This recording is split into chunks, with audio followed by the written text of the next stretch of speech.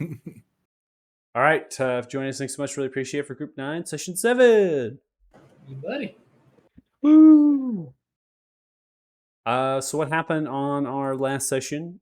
We actually had some time spent in a little bit of role play after we were negotiating and working with a mysterious and strange pool of bluish energy in space with these crystals. And upon kind of reading the language from the rune keeper evocation, we didn't know that well the could read. From there, we were able to investigate, figure out that there happened to be some code or a passphrase to actually access this, and it is a space, not dissimilar from a bag of holding.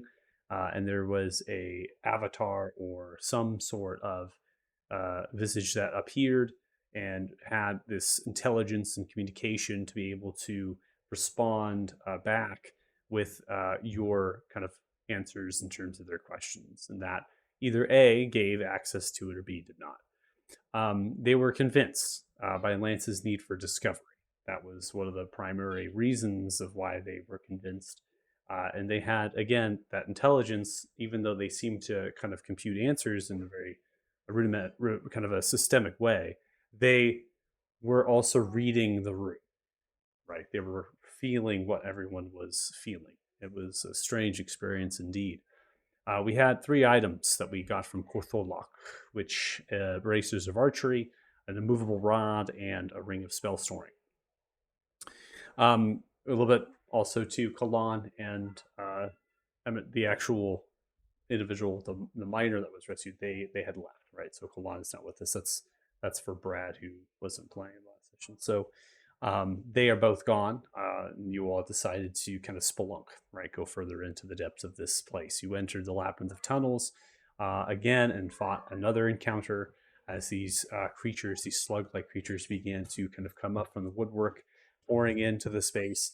They went ahead and continued. Okay. No. Now it's a game. You're all welcome. So began to pour in to the corridor, and instead of really fighting them to completion, which ended up happening anyways, anyway, we dove down the tunnel. Dare I say, pushed down the tunnel, and we began to fall down the tunnel, and we ended up planting a movable rod, stopping ourselves and grabbing hold, and now we are on a level below what was above, which is a dramatic distance of feet. We know from our perception checks when we're inside the tunnel, there happens to be another level and then some light source down at the bottom. That was something that we were given in terms of our perception checks. Not may have been remote, shared in a whole light, because we're still in the thrall, right? We're still processing what has happened. Some of you have funneled out of the tunnel. Others have decided to stay right in the tunnel, clinging, dare not kind of leave. And so I'm going to give another description of this space because we didn't have, Brad with us. And so just to make sure that we're on the right level. So there's 3 large wells that have this same energy, but now it's reddish in coloration. They are kind of glowing with the heroic kind of hue as they're just embodied. Between them are other wells, smaller, but they have these white geode kind of crystals and prisms that are being almost disintegrated and almost vaporized into these speckles of dust and crystal. And as they're being vaporized, they're being pulled in like a tractor beam into the center point above as of the reddish wells. And those are being kind of brought together, accumulated, and then they're being built up into red versions, like they're filling them with red energy. And then once they're completed, they just like warp out.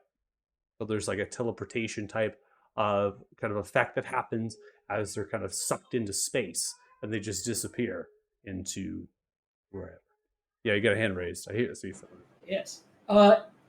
Those crystals that are teleporting out, they match kind of what we saw in like the entrance room, the crystalline device that we saw there between the 3 doorways. That's correct. Okay. All right.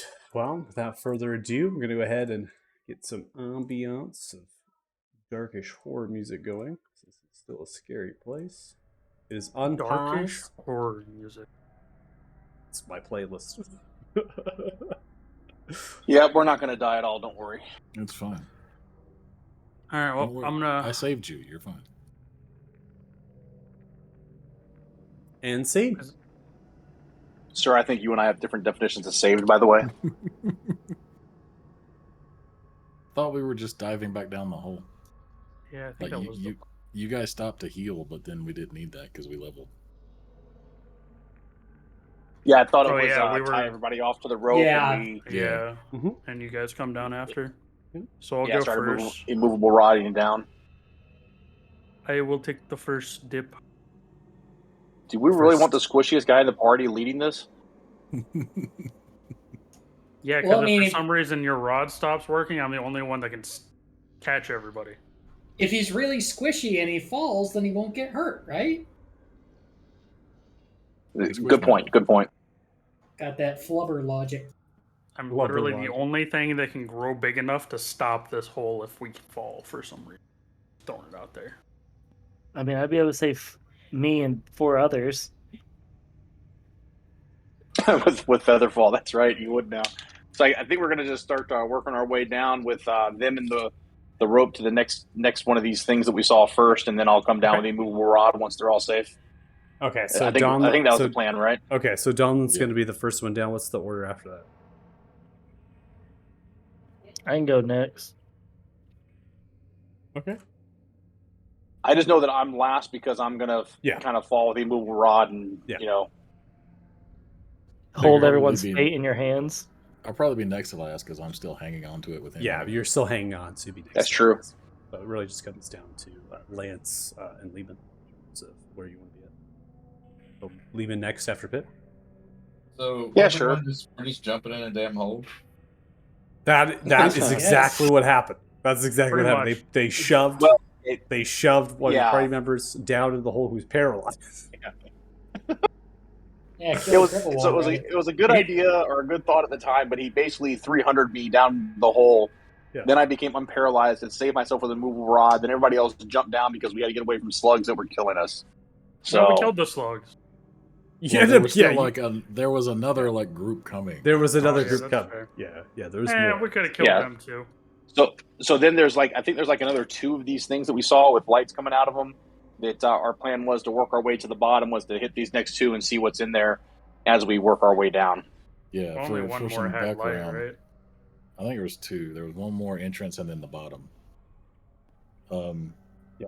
For context, when we got to this level, we noticed there was signs of a bunch more slugs down here. There was Yeah, there's like tracks and mucus stuff. and shit all over the place. That's so we correct. were like, okay, let's just keep going because this is just going to be another fight if we stop here. Get the fuck out of here. Okay. So, Lehman, any words on that? No, we're just gonna go ahead and go with them. Okay.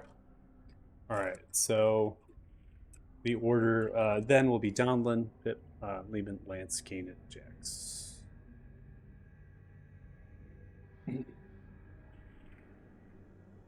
All right. So Donlin, you're going to be pulled to scene first.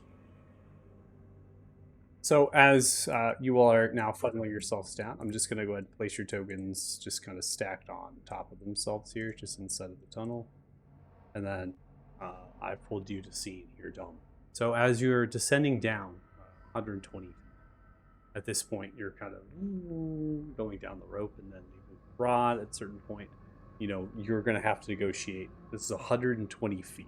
So the move rod is implanted, and the amount of rope that you have, right? So Jax, you have to kind of make a decision, Kanan, as well, of how quickly you want to kind of inch down. So figure, Donlin, you're going to be the first one to kind of really get an idea of what you're able to see. You see a very similar chamber to that which was above. In fact, it's rather identical. The only difference is that there are these ingrained nests through the dim light as they scatter outwards from some of the reddish hue of the wells. You can see the slug-like creatures perch on to these kind of mounds that they've dug in and then built up, full of these orbish like sacs and eggs of yellow and orange in coloration. There's a large bile and just waft of smells that really hit you as you immediately embrace the space. They're a great number of feet away from you. They are on the opposite side of this labyrinth. And you are able to observe that there are multiple crystals that are kind of broken up and splintered from the in-between well at the back end. In fact, it almost observes as one of the slug-like creatures kind of pulls itself over, begins to grab and grow and eat some of the crystals. They begin to push themselves back and almost regurgitate outwards onto the mound's nest, and you're just kind of hanging there. And then at a certain point here, we're going to have other people kind of able to come into the scene as well in terms of their positions. So I'm going to now drag Pip, pull you to scene, and then Lehman, I'll pull you to scene. Lance, you're still kind of in the tunnel, not yet really able to see into the space. All good. I'm just gonna whisper up, tell them to keep going, there's more slugs here. And then hopefully they play the telephone game. All right, get the fuck out of here. All right, we need to get out of here.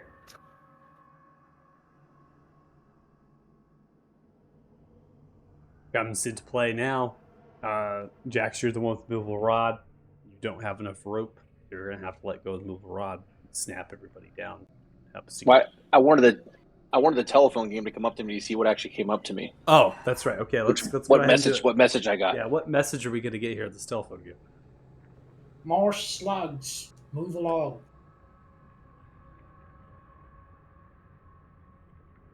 So, Caden, what are you gonna say? I believe there are slugs in the bong. We should go down. There's a barn. How did we get a barn? Nothing in this All right. entire place has made any sense. Well, tell everybody had to. Michael, can you refresh my memory? What was the distance between the second one and the next? The next stopping point was the bottom, right? Yeah, you don't. No distance was given for the bottom. It was just a faint dim light. So far, Right. each one. Oh, Has that's been like right. 50 or 60 feet or something like that. 120, Yeah, okay. 120 feet 120, separation yeah. between this level and the next. Another 120 feet from the above to the next above. So, this, and that's something to say, maybe pass down the telephone game here. How much further to the bottom? Right. Yeah, Well, yeah. I So guess I'm I gonna could wanna look know- down with my Just- 120 feet of you dark let it- vision. you and Let see it go what I till can you see. feel Donlin hit the bottom and then stop. Whoa, Wait, whoa, until I hold feel on. until I feel some slack. Let Yeah. it go. Yeah. Stunk. That is a good Hey, question. Though. ask How far can I Donlin see? how far it is. How far it is to the barn at the bottom.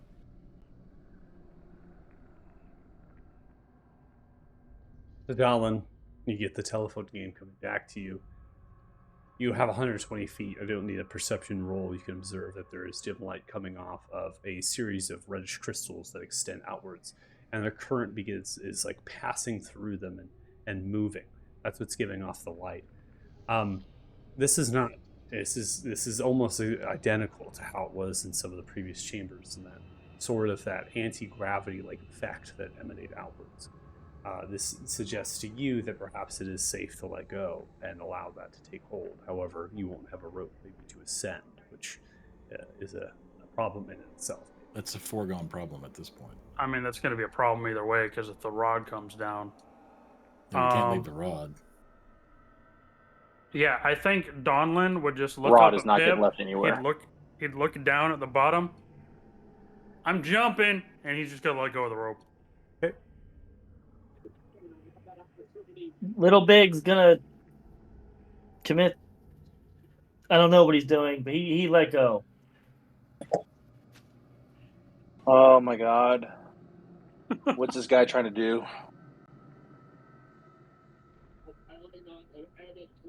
I guess So, see if God is real. Sometimes all that is required is a leap of faith. Or a push. Or I was push gonna of say, faith. or a Yeetus.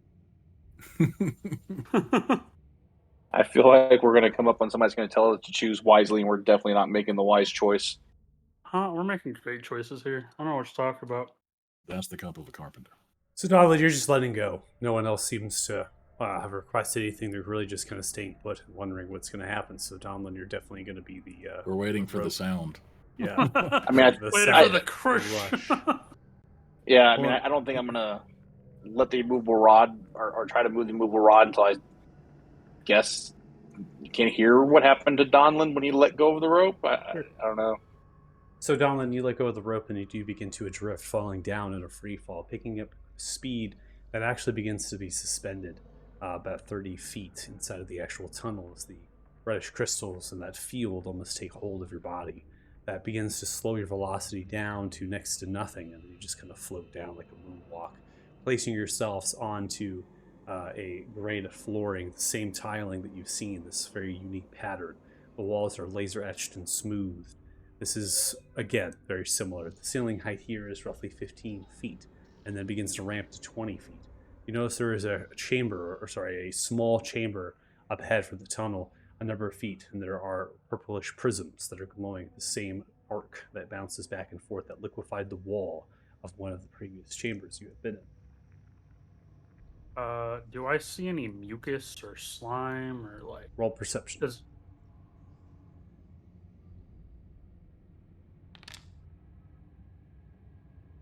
20. You do not.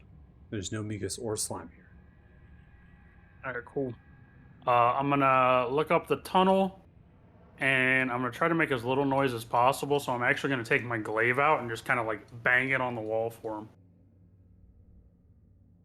Oh dear, I think I just heard Donlin hit the bottom. That sounded like a bit of a tumble. I, Yeah, alive. like Come on down. The water's fine. Trying to mimic see- and make fun of him. You see, Jax, I was correct. I pushed you to safety. And then I'm just gonna let go of the rope. Could we hear that far away? as he's letting as I see him letting go of the rope, I'm trying to like act like I kick him off the rope to return the favor here, so I feel better about myself, and then I'll let the movable rod go. Okay. Right after I tell everybody, if you didn't hear, Donlin said it's safe. I think we can go ahead and fall down now. And I'll just, before they can say anything to rethink it, I'll just let it go. Okay. Is anybody not? I mean, obviously everyone's going You're to gonna cascade with the rope. deactivate it, right? Yeah. Yep. Yeah, well, not let it go, but deactivate it. Whatever, I'm gonna hit the button on it. Michael, I will never lose that immovable rod through this whole campaign. Just so you know, Just going to hang on to it the whole time. That's Totally what you fine. think. You Yes. told him that. Is everyone? it will be in my pocket. Yeah, your pocket, your backpack. It's quite we're all large, just actually. gonna It's a fall massive now? rod. Yeah, we're all on the rope, and he's pushing the buttons. No, yeah. So the button's been pushed. You're all beginning to free fall. You can make reactions if you wish to try to grab hold of the level you've had, but given signal, Donlin seems to be okay. It's like kind of yelled back up, and so now you're free falling down. Is anybody doing anything? Yeah, Oh, my well, reaction it is. is casting dark vision on myself. So, I can see So what you can about see that the is. floor coming. Yeah. Gotcha. I'll go ahead and put the dark vision effect on your token, and that should give you the dark vision. At a certain point, you all are beginning to descend in the similar kind of description, eventually beginning to subside, slowing down dramatically, and you are in a elongated corridor to a small chamber, and then a couple, right, a duo of the prisms that are bouncing that arc between themselves. We take no damage from that fall. You did not, no. The actual rich crystals that are underneath your tokens, they provided a field of anti-gravity which suspended and slowed your fall. Alright. So there was going to be something that stopped his fall. If he were still paralyzed. Been Well, absolutely fine. And Mhm. it seems like Belugar is watching out for me again. Balrugar. Call him Bluegar. No, I call him Balrugar. Call him Booger. Balrugar. I guess Bell, it's if you dark. want to know my patron's name now. dark patron of the rod. Well, we have nowhere else to go, so yeah, I'll see you guys on the other side of the wall. I mean, at least there are no bugs so far. It's an improvement. So with dark vision, I can only see what, like 2 feet in front of me. I can You should be able to see more than that. Let me see. Should be at least what, 30 feet, 60 feet. 60 feet for the spell. I can see about a grand total of There you go. 3. All right. Should work now. All right, so you come into a room here, Donlin. The rest of you are beginning to make way with your tokens. The room is a large sphere. It's its center point, half a sphere, I should say. Ceiling point dome with the pillars surrounding, and reddish crystals, which are very so similar of the actual entry chamber you all came into. There are 4 wells, 2 of which have this reddish arcing of electricity that forms spindles above them that seem to almost feed off of the reddish crystals. There are 2 others with webs that are vaulting downwards as this epicenter of lightning almost courses out from inside of those half spheres in themselves. And those go into the crystals, almost like it's a feedback loop of some kind. And this just continues, arcing back and forth, back and forth. In fact, it's so fast, sometimes it dims and blinds and things. It's a little bit challenging to watch. But you're all here in the chamber, and eventually a figure begins to almost grow, build from the actual reddish energy. And as they do, this figure is a large creature. Floating in the air is an orb with a central eye, reddish skin tones.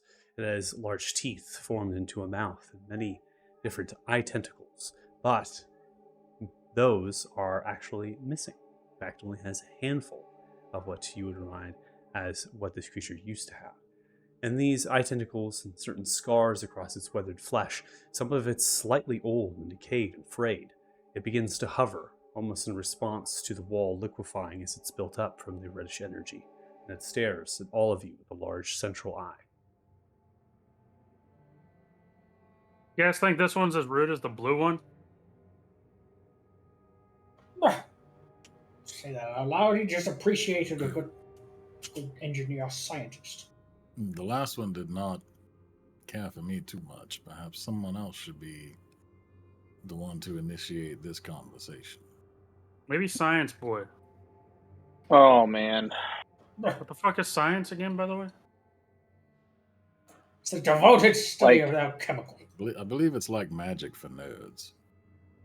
So look, last time this happened and we talked it multiple times, I became sworn to Balrugar. Or my service became agreed to service to Balrugar. Like, I mean, is there any reason for anybody else to have to do this to something we know nothing about, or should I just go ahead and do it and suck one up for the team here? Yeah, mean- whatever you want. Totally ordinary guy. As leaving, I'm just gonna wave to it immediately. Hello there. I'm always up for a good chat.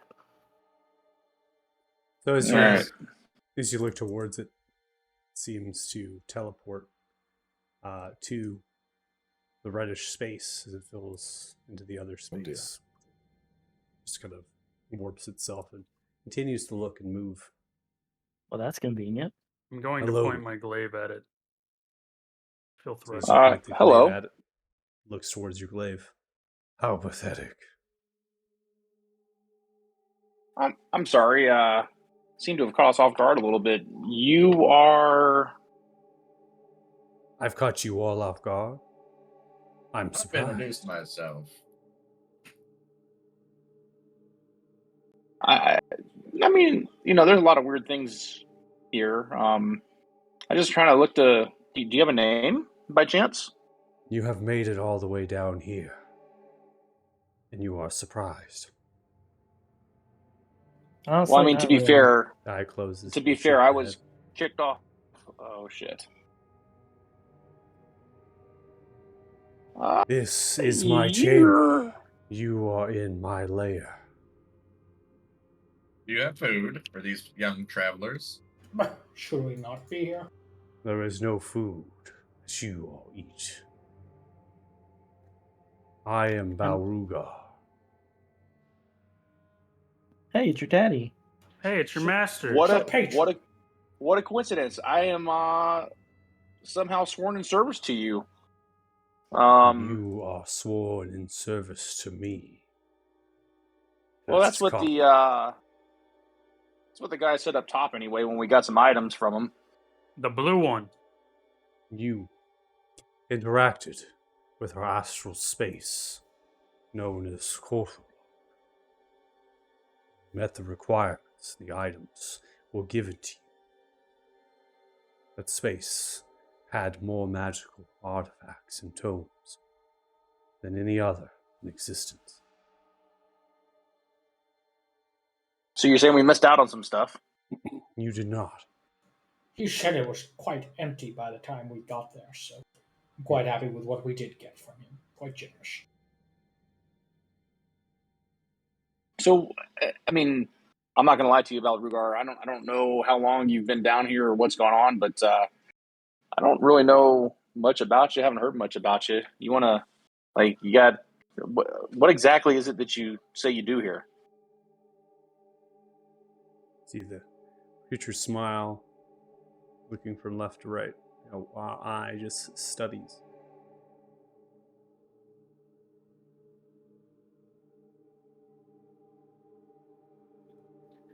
What are your Right. names?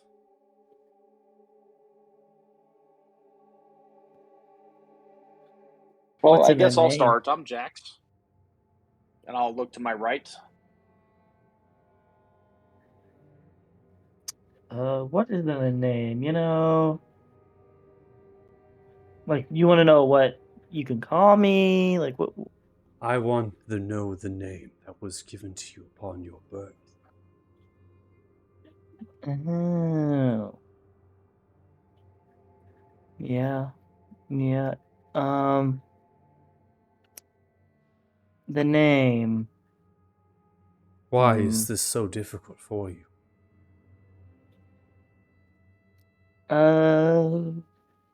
He's kind of dumb. Hang You have on. to forgive him. I'm actually gonna use message to him, and just send him my name. That was. It was a hell of a sound effect. I know it sounded pretty epic for a That was very epic. For what is a whisper, Dude. essentially. It's like a trumpet. Hey, my name is. It's Ba-ba. like tell the world I'm giving you a secret. Why don't you? You use arcane to I message do. me that? Yes. So, do we see Pathetic. Pip doing any of the verbal or components? Oh yeah, there's verbal and somatic To components. this? Oh yeah. Yeah. So interesting, Kang. Why couldn't you just say your name out loud? Interesting, normal guy. Why don't you tell me how you're not so normal? I mean, I think you already know I have a flair for acquiring things. Let's say. Okay, so the thief wants to know why I won't say my name. Okay.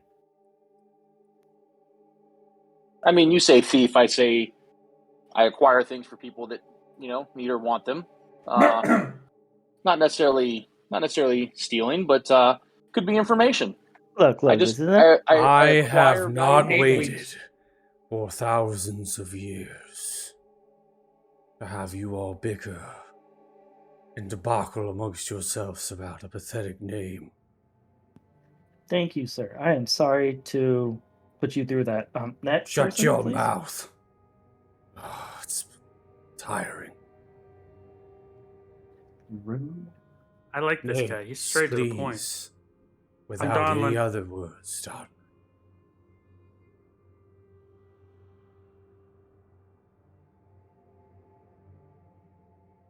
And my name is Lehman.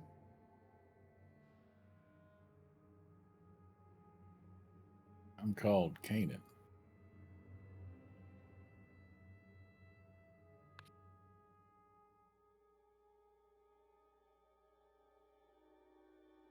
Leave science, boy. Oh, I thought I already announced myself when we walked in. Lance Gunnarsson.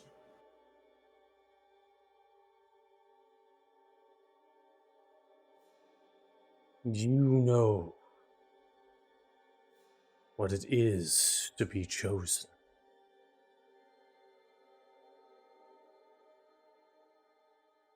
Like chosen to Like serve picked? you. Like this fellow was. There is tales and told. Those that have been chosen. They are remarked simply as the chosen one. And they go on to do great things. Is the power that you all carry.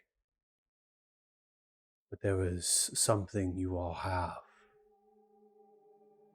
In addition to this, each of you carry powerful magical item. Was forged from distant planes of existence.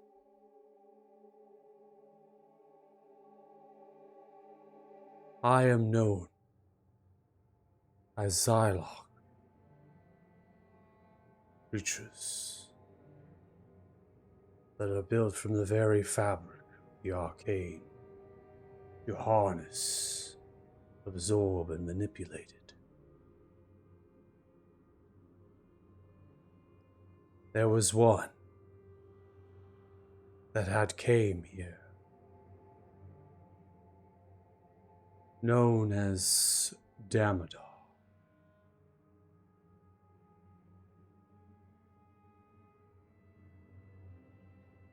They are in control and command of Dragon.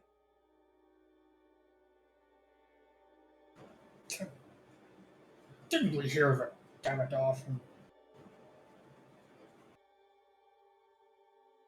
I believe that was in that letter you had, was it not, Jax? Oh, I believe we lost Jax. Nope, Oh, there he is. I'm here. Yeah, I'm Just here. didn't see it. I Didn't have check to the mute my kid. Sorry, my kid's Yeah. watching TV, so I got to mute. Yeah, we heard of them twice. Once in the seashell from those creatures that tried to kill us on the boat. The master, I think what it said to me was, if I remember correctly, the master of dragons commands you. And then also from, like I said, I acquire things. The scroll that I acquired from the Duke's house that I told you guys about. So this Damodar we've heard of.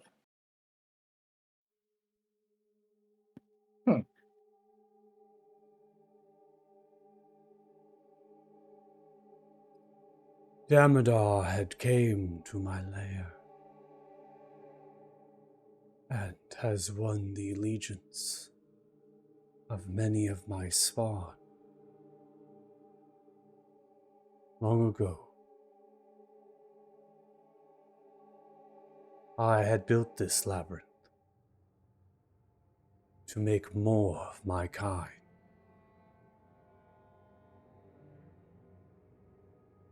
Have you ever heard of the fate of Quinferin? Can't say I have.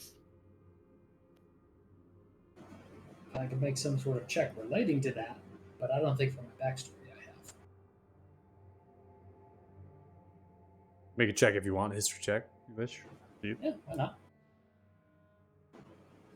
Probably the oldest guy here might have heard something. Is he a giant? I might know him. No.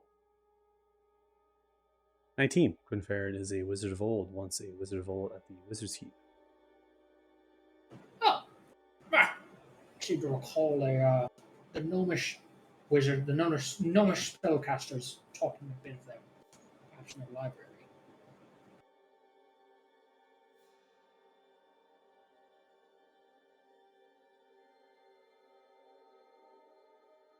Would you all like to hear a story? Of course, history is worth telling. I assume this is a historical story.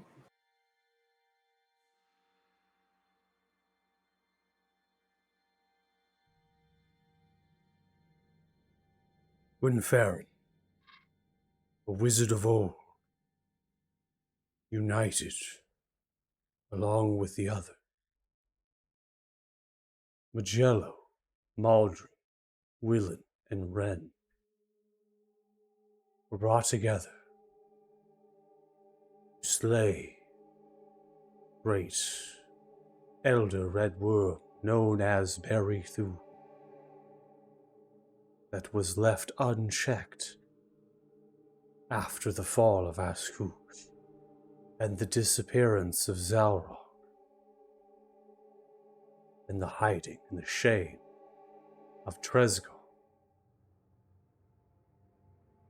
Brought together, they sought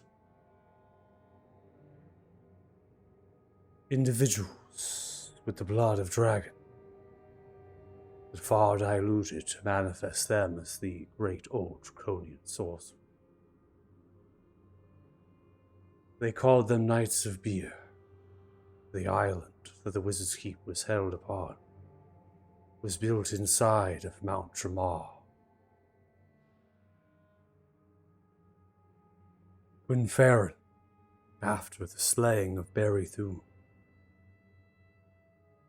took up many experimentations on us, wishing to know why our magic was innate, and the flowing of that was capsulated in our eye stalks. Through their experiments with their followers, and here in the Starian Shasrana, when Farron made an item that they called the Staff of Behold.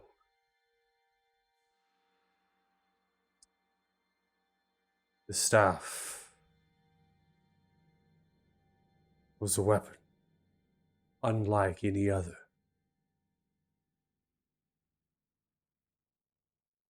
It had properties not only of our eye stalks, but also our abilities to nullify arcane magic, all magic.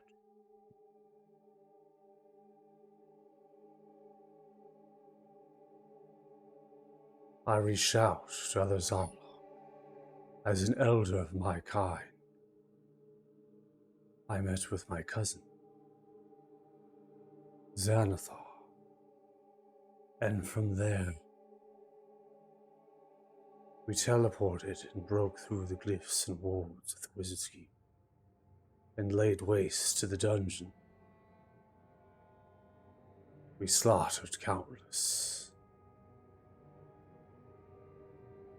Eventually, we killed Quinferin. In the midst of the bloodshed, Magello, an old human wizard, came from the ash cloud of his fallen friend. With the mind of peace, they offered the Staff of Behold be given to us, and our kind for all eternity, never to be taken or abused or experimented on again. In addition, they gave us the Bane of Berry Thu, a weapon of great magic that is attuned to killing dragons. I took this weapon, and upon the cusp of leaving, formed this. Magello told me that ones would come into my labyrinth that were foreign, unwelcome, and stupid. They said When do you think they will arrive? they were called the Chosen Ones. Pretty sure I'm for it. He's stupid and you're. Who you calling stupid? Stupid? It is my sworn promise that I would relinquish the Bane of Barithune to the Chosen One. For Magello had said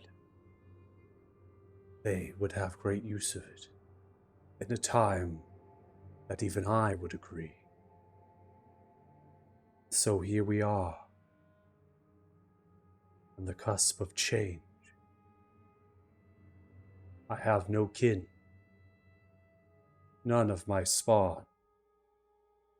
All swore to another master, dozens and dozens of them, serving of a master of dragons, to bring about a new age of magic on the bodies and bones of you surface dwellers.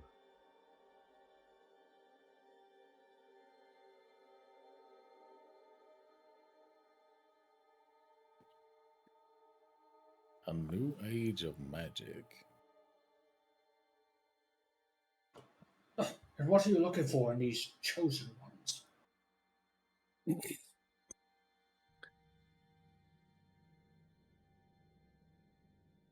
I do not know what Magello wanted from all of you, but I can reason that the sword is necessary. Psylocke were formed and created to bring about balance of the arcane.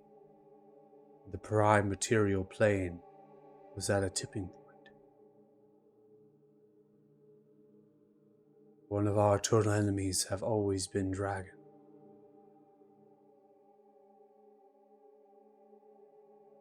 We will use the sword to slay them. I suppose it'd be nice to get even for the boat that was lost. Well, Now, I do any have a tool that helps us kill the tools of a mighty enemy of the Talthar worth possessing, I suppose. So, question for you. You seem to know a lot about things, about magic. Do you happen to know how one can get back home by any chance? Where is home? Let's just say very, very far from here. I am an elder to my kind. I have traversed into other planes of existence. I have seen many things. I can teleport you to where you wish. But do know, Uh. out of character, that is your wish. Your character is retired. Well, out of character, he would want to just out of character. Out of character, he wouldn't want to. He just wanted to know if his friends are alive and where they're at. That's where he's going with it. He doesn't want to go back Yes, necessarily. friends. Hater, Isn't rejected back home too? something like Y'all that. are so rough. Vicious. I mean, he does man. lie to everyone, so the friend thing I get. So how you said you've been down here for thousands of years? How like? And you said Damodar came down here. Like, how do we even know that? I mean, I guess we have proof that he's still around, but how long ago did he come down here? If you've been here for so Damodar. long, Damodar came down here over 8 years ago. A short little stance of when we raided the Wizard's Keep. That happened 1410 in Taurus. That was Yeah, that's all. I'm sorry. Go ahead, Pip. He just cut him. That's all nice, but back to me. Sorry. But you seem to be the only person that might be able to help me with your planes of existence. Say one was to fall through like a portal, and with his friends, what are the chances that portal led to the same place? Depends on what magic was used and what connection they have. I have no idea what kind of magic. Just kind of a little ancient portal we kind of found. As the creature begins to float over towards you. Do not resist. The creature floats towards you, the Larson Fry, and the eye tentacles begin to poke and prod you. They begin to penetrate the very crevices of your mind.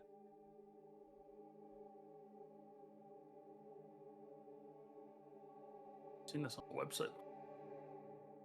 Oh, we gotta pay extra for this. You can leave the cash on the wardrobe. Oh. There's a reason those lights are red. We are definitely in the red light district. That is for sure. I do not care for the secrecy you wish to have, Pip.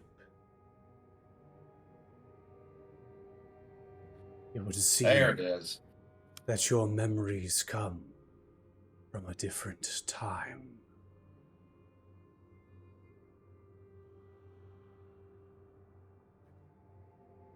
I'm sorry, what? Different time? Yes.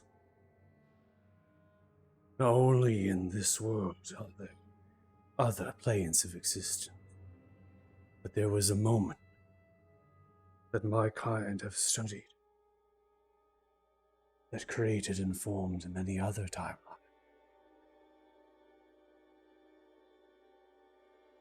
You are not from this one. So, not only am I in a different place, I'm in a different time and place. It seems so. Do you know if my friends would... the chances of them being in the same time? It would take great power to see this.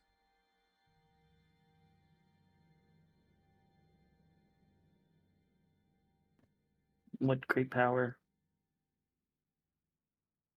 Sees it begins to slightly float back.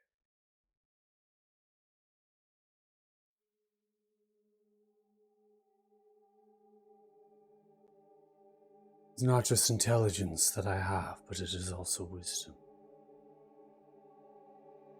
If I am to do this for you, you must be welcome to the chance that your friends have perished into the afterlife.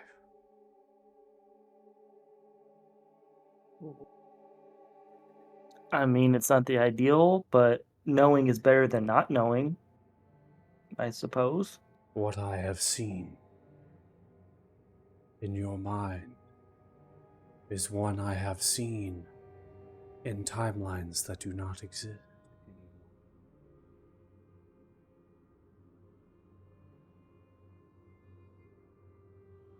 Are you welcome? Or are you not? Am I welcome? These eye rolls.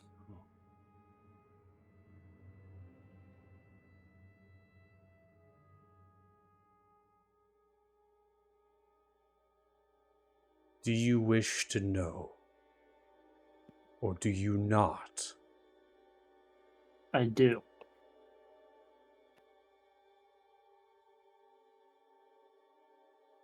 As the creature flutters back, begins to probe, shooting rays into the cloud and manipulating it, telekinesis and other forms of magic, forming a cloud of thoughts and memories. Vision becomes blinding, glowing in red lightning current as it emerges. Creature begins to look at it, the eye glowing into a different color and shade of orange and red. It's channeling the power of its labyrinth. See, as they do this, there is a slight rumble, as if the earth shakes just a little bit.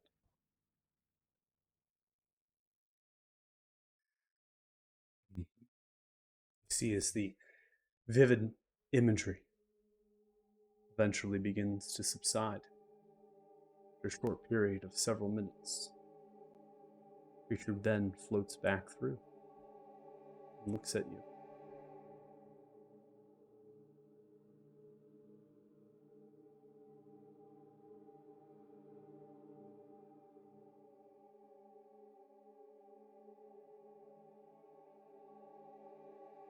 Your timeline is no more what you have known and where you come from. Does not exist.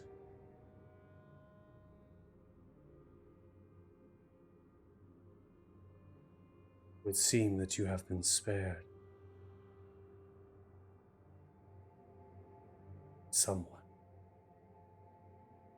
There is not many that can cross through time, and to do so with great, great power. Wells of it. There are areas. This can happen.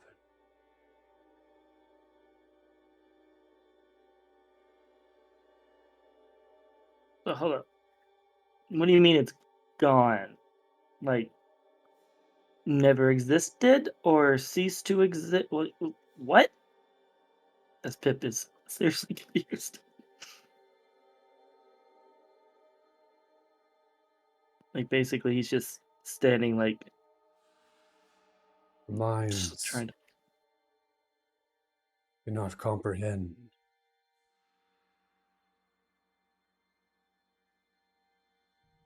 But I can tell you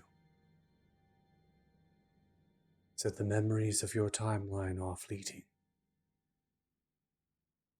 As if they are small wisps blown from a simple flower. I have grasped at them. See them before they flutter afar into the cosmos. The energy of what your timeline was has been consumed by what it is that you had seen that day.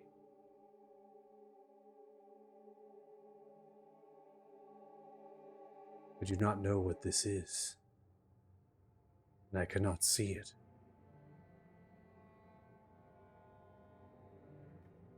And my friends, I haven't heard. So my timeline's gone, but did they? You're saying they didn't make it? They weren't saved, so to I speak? cannot see them. I can only assume that they are gone. Only you were spared.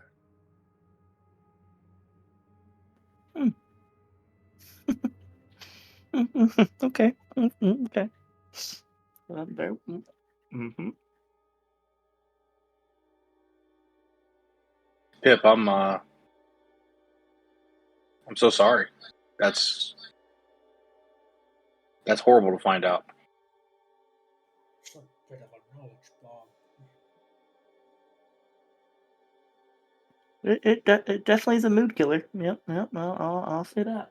The creature mentioned you had seen something on the day that this all transpired. But what was it that you saw?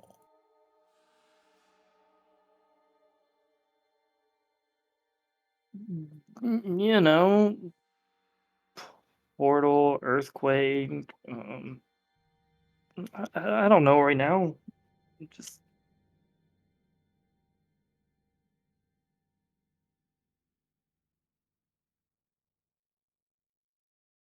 Maybe we should give him some time to,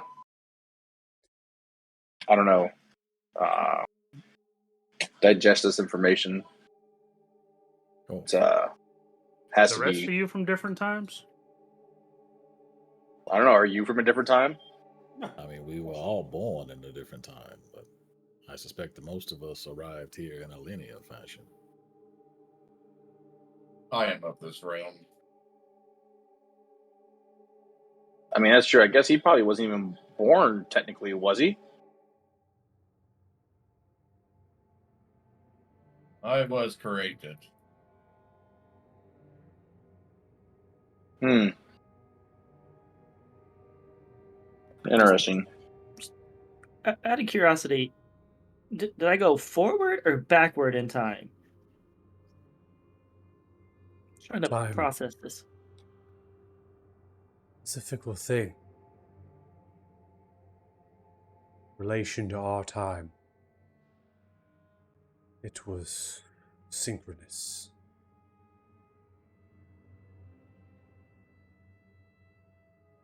Right. Okay. It's like the multiverse. You jumped worlds. Parallel movement. Or So, a science boy will tell you Einstein had this amazing theory called string theory. Is that an ancient wizard? It is a very ancient wizard.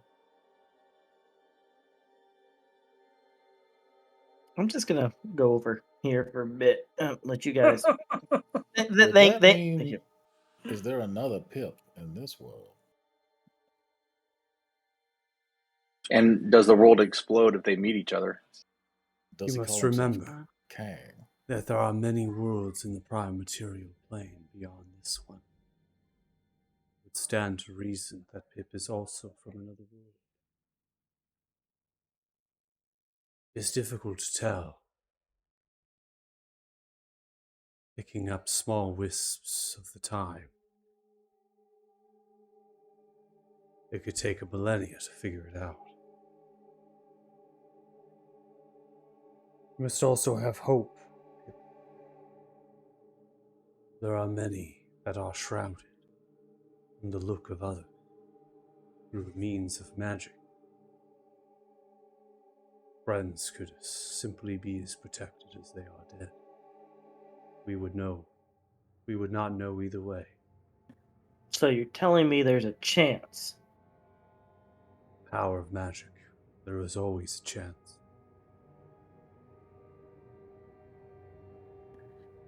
I never I like thought it possible that you all would come here. But you did.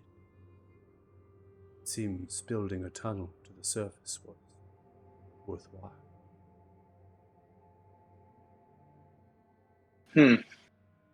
Speaking of, Suppose. you mentioned some sword thingy. Yes. I was just about to ask. So Damodar, who we have connected the dots and know that he's the master of dragons, and you confirmed that. You said he came down here. You said you have a sword that kills dragons. Is that what he came for? Damodar was aware that the Bane of Berethune exists. But Damodar is not as powerful as I am. But I could not kill them or stop them. They harness otherworldly magic.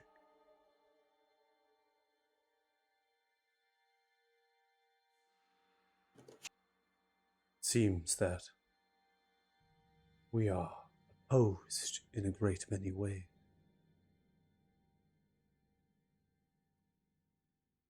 My spawn had turned on me, and they had raided Korthorlock before leaving.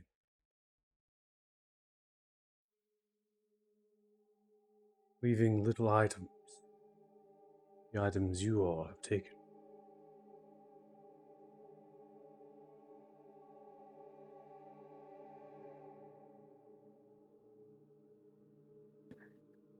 Wait a minute. I just did think of something. And then Pip reaches out and shows his ring.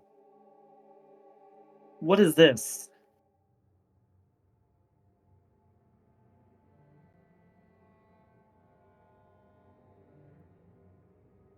An item of great power.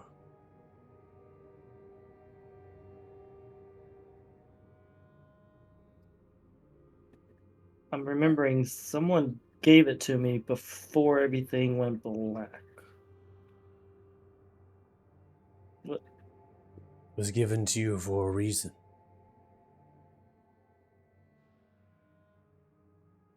It would take time to study it.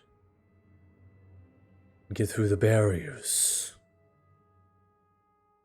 It is immune to divination magic. As are all of you.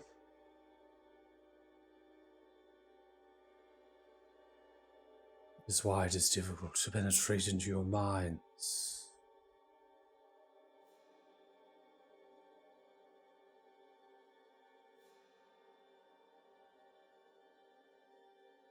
Brilliant.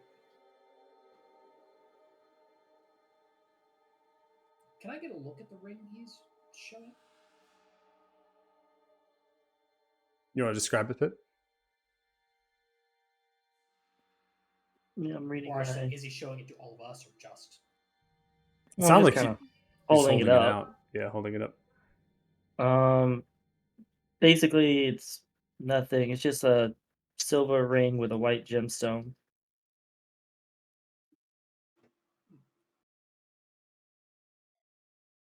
I too have one implanted in my chest. Have one what? A gemstone.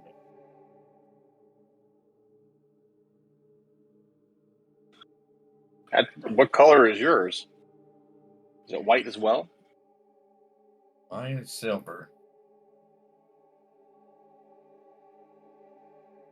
Gemstones, you say? Do you remember getting it from like a old bearded dude? I did not. I remember an old bearded dude with like a weird staff.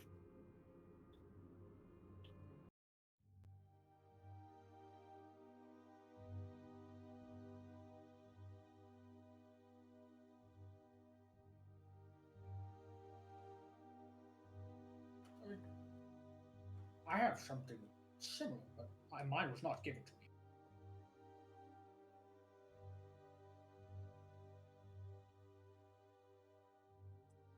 What do you got? I inadvertently made mine. It's a side effect of an alchemical experiment. Been struggling to figure out how it happened. I've yet to successfully recreate the results.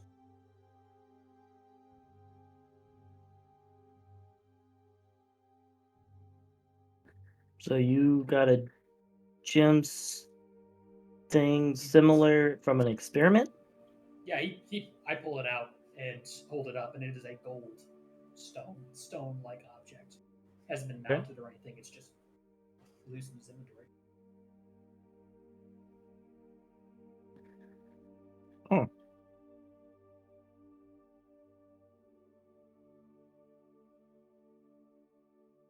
And you don't remember how you got yours, Lehman?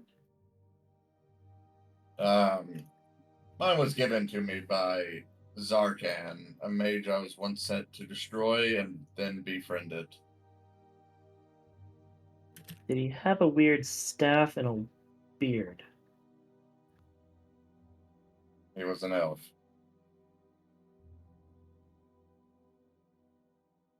Oh. But no, he did not. But an elf, if yours was not an elf, then they would not be the same.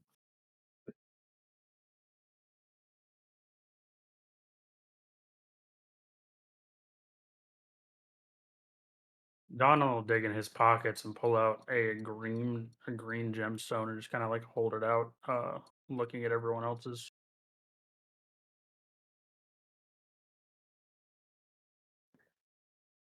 I'm sorry, Donald. What color was that one? Green.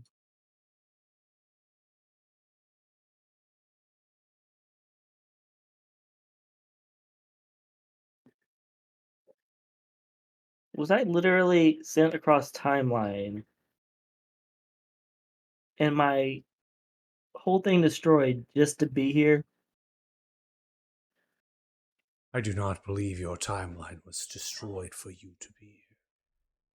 I believe you were spared to be here. Oh, so my timeline was dying and someone saved me. So I need to find whoever saved me and thank them, and find whoever killed my timeline and thank them too. What if they turned out to be the same person? Look, Then they man, are dead.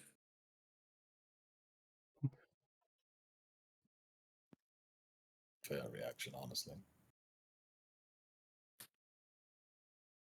As this is going on, you'll see Jax kind of look at his right pinky finger, and he'll look at it and say, I was curious why the first thing of any importance I acquired from somebody never wanted to leave, and why I felt a certain attachment to it. Now I know. And you'll see that it's a gold ring with a red gemstone in it.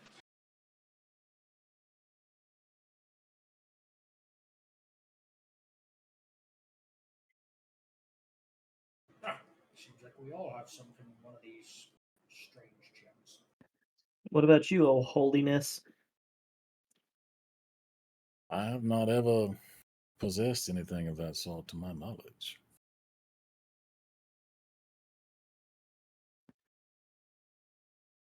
Hmm. I'm a man of simple means. I do not keep a lot of valuables on my person. Have you ever had some sort of a gemstone come across your path that you may not have thought was important? I receive donations from the faithful at times, and things that get passed along to the church, but nothing of note. Certainly nothing that I kept.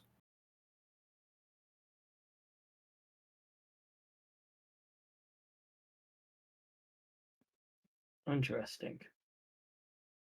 So we all somehow got these gemstones, and you ain't got one. So it would seem. Is he telling the truth? Go ahead and make an insight check.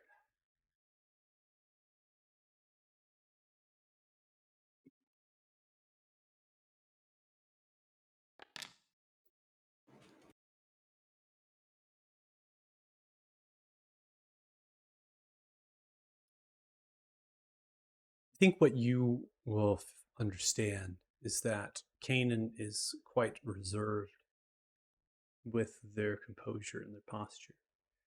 You sense a little bit that it's been rehearsed. This could mean that they are deceiving, could mean that they are being truthful. It's not enough information to go off of to pick either way.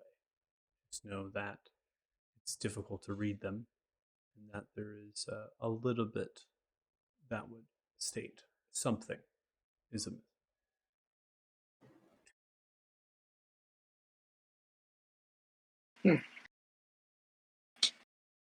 So that's it's interesting that we would all be together, as Pip said, with I mean, we all have our secrets, obviously, but all of us have some sort of a gemstone, and Kanan's kind of slip in your mind, I guess, if you've ever had one cross your path or not. But you know, it's okay. I'm sure in due time, as we get closer, you'll know you can.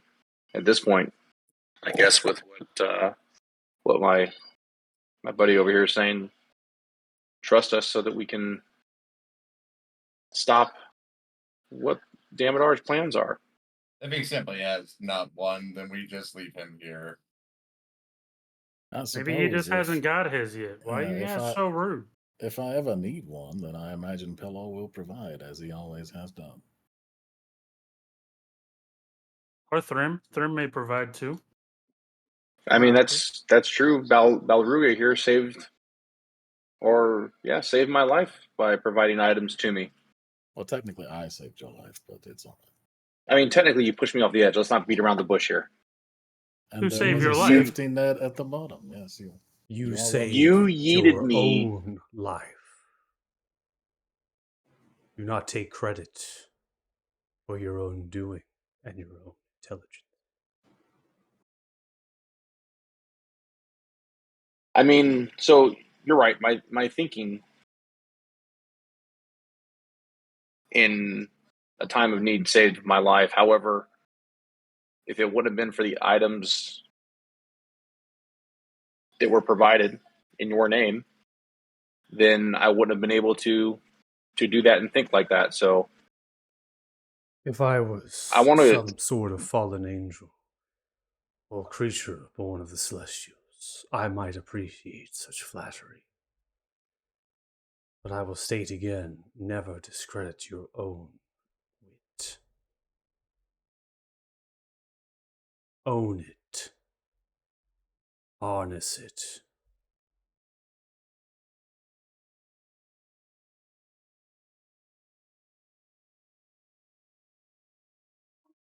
I own it, but I also know things are due sometimes. I want to go back to this sword, and maybe I just missed it.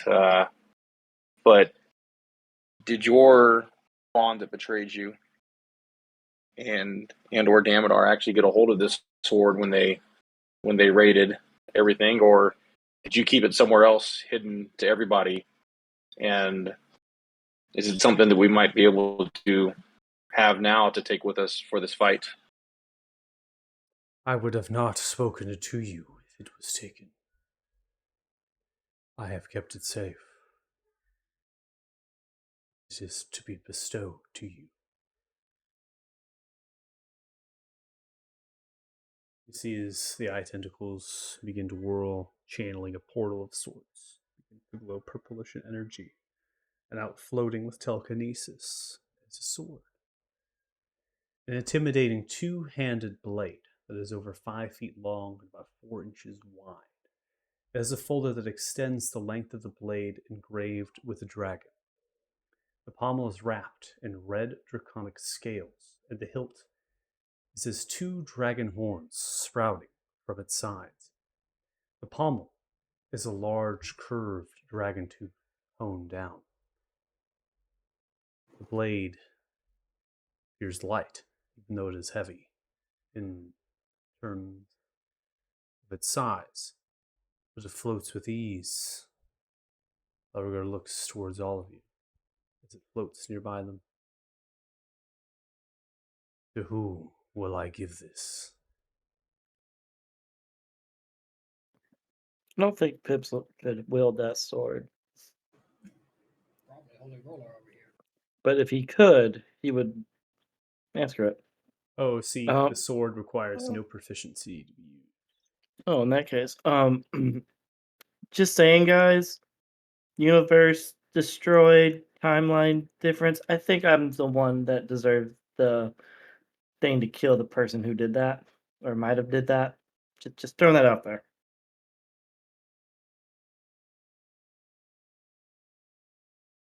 I mean, the sword, from what we've been told, is a dragon killer. So you're saying a dragon destroyed your timeline? I mean, I don't mind you carrying it. I just think I don't think it necessarily belongs to anybody. It belongs to who can best use it at that time. Which I suspect would be someone with extra attack. When it comes to killing things with weapons, I'm very good at that. You also have a pretty big magical pig stick yourself.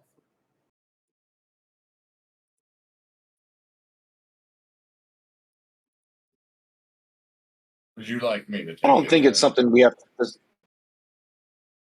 going to say, I don't think it's something we have to decide on now. I think somebody in the group grabs it and That's fine. we can go from there. There's no reason to waste Belaruga's time with something we can decide later. I think there's Okay. several people in the group that can use it. Pip walks up and holds out his hand.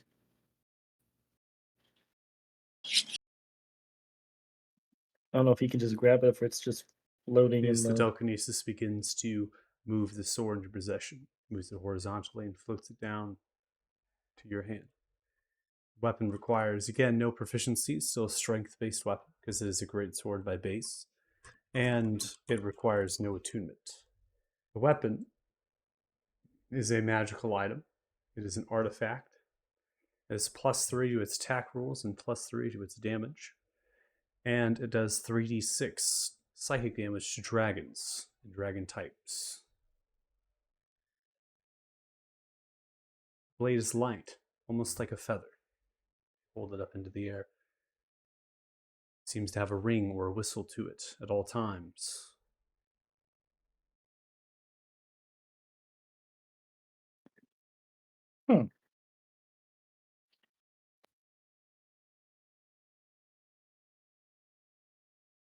Pretty good. All right. What else can you tell us about maybe where to find this guy? Point me in direction, please. What guy? The Damad, Talk about this Demodov fellow. yeah, Damadon, that guy. Are you telling me that you have the power to defeat them? Probably not, but we gonna learn. I see. I'm just saying, my whole Damned. timeline is wiped out. Screw it. Kindred Uh, spirit with nothing to lose.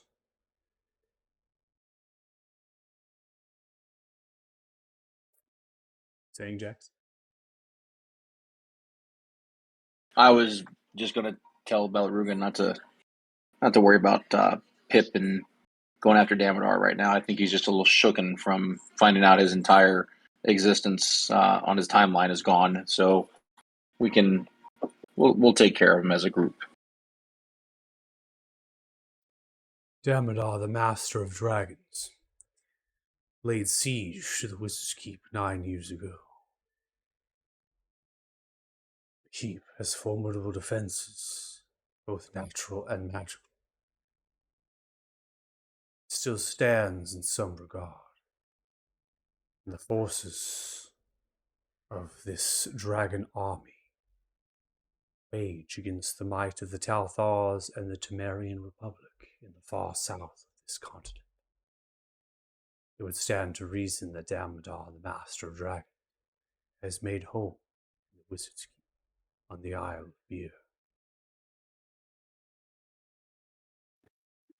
Last question that I have.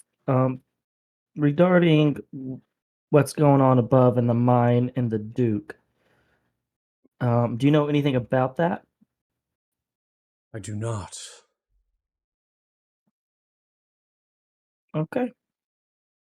All I needed to But know. by your logic, anybody working with the Duke is probably, or anybody working with Damodar rather, or is giving him some type of a promise is probably not a good individual, right?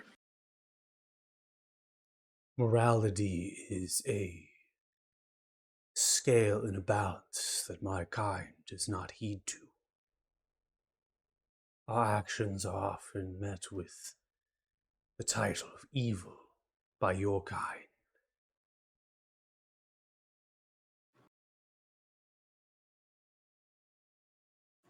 If they are allied to Damodar, then that would constitute your enemy if you wish to move against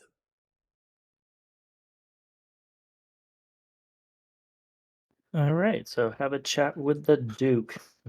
Lovely.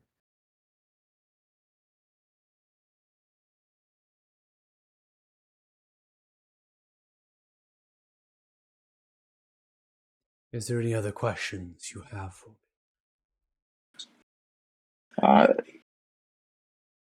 Just one last one about your spawn, and I know this may be a sensitive subject, but they betrayed you, so I'm assuming if we run into them, then there's no ill feelings toward us for possibly killing them. You can slay them. Oh, you Upon their death, the magic that was used to create them will be released into the plane. On that note, do you have any advice on how to slay them should it come to that? You seem like a mighty powerful creature. Hmm. Seems like something in OOC. OOC seems like something someone would say if they've encountered these creatures. My advice is to move quickly against them. Do not let them get a foothold against you and the magic that they will throw at you. They will slow you, petrify you, paralyze you, put you to sleep, throw you, kill you. Sounds incredibly unpleasant. We generated a field of anti-magic and a long outstanding field. Attack from the rear and of the sides, where we are not looking. We wish to use magic. We Kill are 'em slow fast. creatures. Use speed against us. There is magic that can down us from our hover, immobilizing. You would be worthy to use this.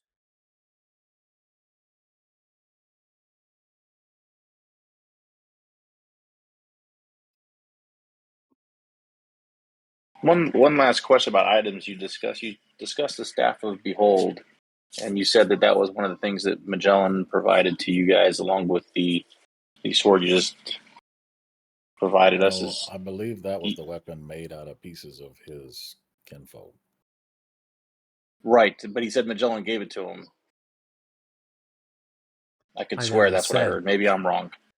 I never said that Mugello gave it to me. I said that Mugello had given it to our kind. The staff of Behold is kept in secret and in formidable defenses of my cousin. I do not know where they lie.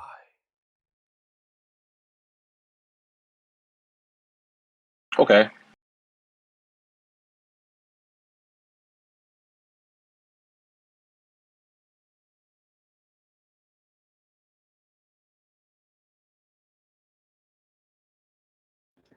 If we have any more questions, are we free to come back here and talk? That is what you wish. I may or may Okay. not be here. Well, My purpose has been fulfilled.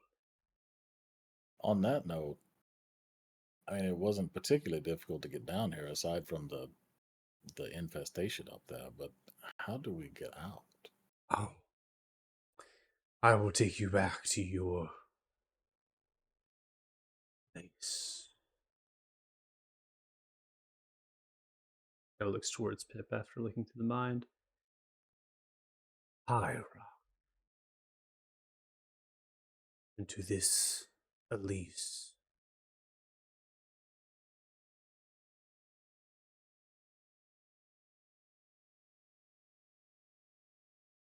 That Yeah. that may not be the best one to take us back to, but High Rock will work. You can take us to Palu. Just to say, Hey, Lou, I was going to say Palu's probably a better choice than High Rock. I can take you there. We get money from Palu. But first, would you like to have some fun? Do I get to kill something? Yes. Yeah. Yes. No. I guess you have your answer.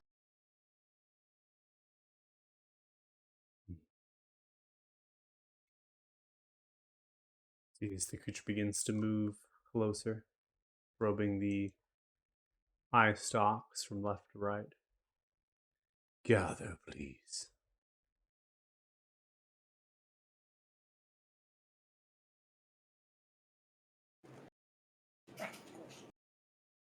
You all gather. Okay. So, as you begin to gather together, What ends up happening is the creature probing with their eye stalks begins to kind of grow it outwards, and this sphere of green begins to envelop them, infused from the red energy at their backside. Begin to dissolve into energy as the green envelope begins to unfold, and you are all teleported to a space.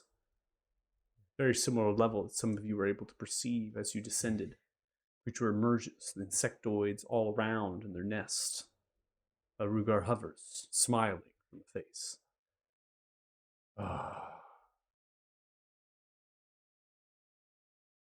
And then looks towards them to fire. And everyone roll initiative.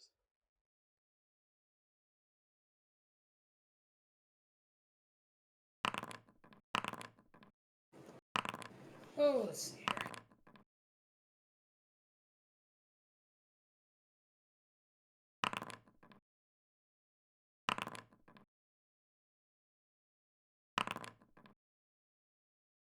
All right, is everyone rolled up? Kane and wasting those nat 20s. I mean, we've already seen Kanan's attack rolls. We know he's not going to hit anything. Pretty much how it goes. So we're going to start off combat here as you appear here onto the well. Jax, you are floating. And you seem to have movement. You can press yourself in this space. Press yourself northwest, southeast, wherever you wish. Land upon the ground.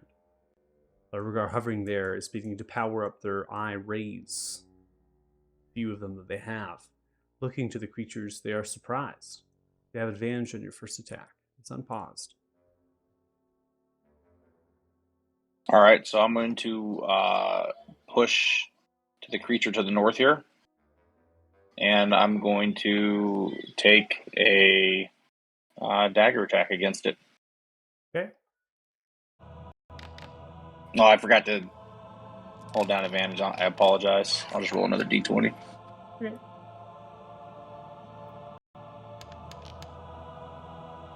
All right, coming across 19 points of piercing and force damage, getting the advantage there, going through the swing, stab into the creature who's nestled over their mound of eggs, plunge with your dagger, begins to whirl out towards you.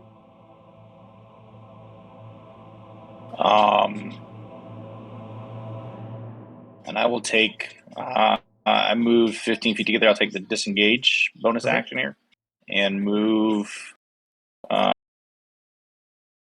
my final distance back here and in my turn. Okay, ending turn. Kanan, you're up next. All right. So are we still benefiting from the surprise, or is that just the first attack of the round? Everyone has surprise in the first attack. These creatures did not perceive you, basically teleported into a space that they would remotely think that anything could come from. So you have advantage on the first attack. He's just gonna reach out and Eldritch Chain. Okay, 23 hits. And that does 13 points of force damage. Chain it to the next one, and this is no longer at advantage, right? Correct. If it's a separate attack roll, it won't be at advantage. 14 is going to hit. And that bounces 14 as it kind of hits in, then sidesteps over, chaining it, shattering with this force damage, splintering them to their soft organs. The chain's to the one behind it. And misses. Probably. And it's going to miss. That'll end his turn. All right, so before we get to this creature, Rugar is going to take a legendary action. Begins to now power up as it begins to fire off a greenish beam in the direction of one of the creatures. The creature takes 47 points of force damage and is disintegrated, vaporizing from space. Cover the creature. Creature begins to warble itself. Approaching, moving 25 feet, kind of looks towards you all as it whirls. Lehman looks towards you and lets out its tentacles. 23 kind of bites into you. Going to prompt you for a save, but you're immune to the condition as well, as you'll resist the damage dealt. And then it's going to come in for a bite. As it comes through, the bite is going to miss. I'm going to go ahead and assign 1 point of poison damage regardless of the save. I don't need it. And then on the end of the creature's turn, Belregard is going to take another legendary action and fire off a bluish beam. Creature is going to fail with their saving throw of 5. They take 40 points of necrotic damage, and the creature dies, being bubbled and gurgled by necrosis. It begins to explode. Battle of you. Balroggar slightly has a half grin and a smile. Lehman, you're up. See, you guys, it's just this easy. Going to go ahead and swing back, I guess.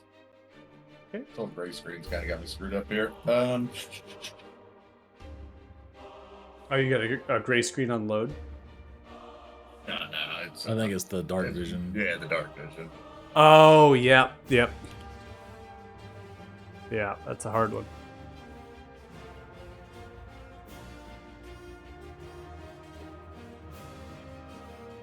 Trying to find my skill bar here. Somebody's I ain't got it again. There we go.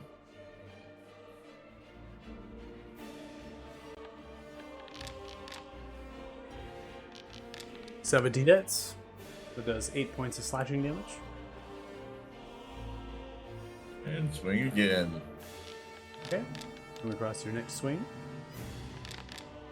That is going to be a 12 with the flanking, because Lance, you're in the actual space. 12 is going to be a miss. Alrighty.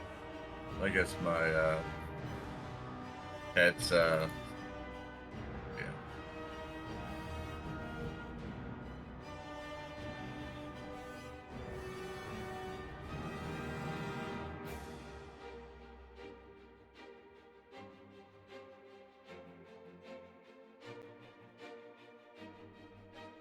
And he'll get the bonus action. Okay. So giving your bonus action to Steel Defender to send out a Force of Empowered Rend. Modifier should still be accurate, so we should have +7, yeah, 16 hits. And that does 11 points of force damage. Let's go across. That'll be the end of my turn. Alright.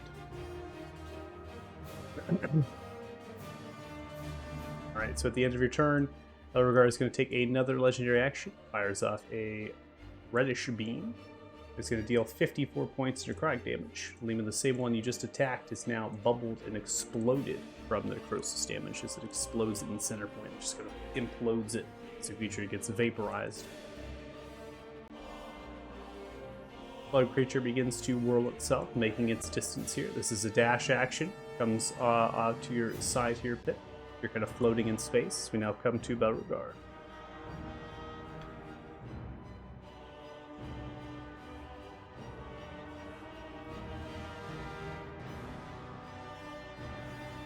Beauregard is going to fire off, could fire off 6 rays, but they're going to fire off 5 since they have targets of green disintegration rays. As they fire off against these targets, you see as the eye rays begin to channel the blast. They fire off simultaneously, these rays. They could fire upwards of 6 rays at a time, fire off 5 based on targets that they perceive in the distance. They're going to do 41 total points of force damage. One of the creatures is going to succeed on their saving throw with a natural 20, and none of the creatures die on this round. As they're hit by them in this integration, begin to bubble and spurt in many places. Their organs are kind of splintered through. That is going to be the end of Balroggar's turn.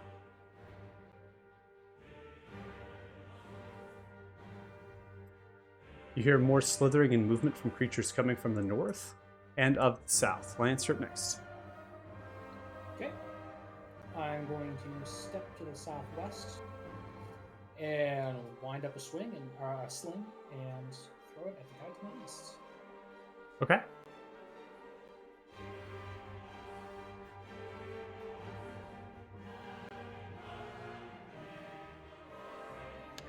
Taking the sling, beginning to whirl, 24 is going to hit, and that does 8 points of bludgeoning damage. You can see it hitting into the head, begins to whirl from left to right, pouring out the orange's bile. It's not looking good. Okay. I think I will just try to finish that one. So I'll take my extra attack from this level and do it again. Okay. Coming across with the extra attack here. Begin to whirl. So 26 is going to hit, and that does 8 points of bludgeoning damage. You see, it's just going to hit in the same spot. penetrating through into the brains of the creature. The creature begins to whirl left and right and then collapses down on the right-hand side. It's dead. Okay, I step 5 feet back to the right, and that will be my turn. Thank you. Come on, enjoy. All right, another creature is moving, getting into position here. It's off screen. I'm just going to go ahead and warp it to where it's going to be moving, and then hit your next. So, Pip would have already equipped the fancy sword, right? Bane. Yeah, if that's what Yeah. you wish, I'll go ahead and equip it. Should be recognized now in the hotbar, as well as your character sheet. Okay. Well, he can't really get to anywhere, so he's just gonna talk shit for now. I'm gonna talk shit to this guy.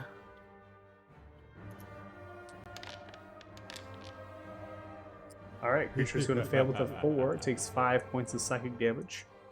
As you see, it looks towards you, and you say, "What do you say to it?"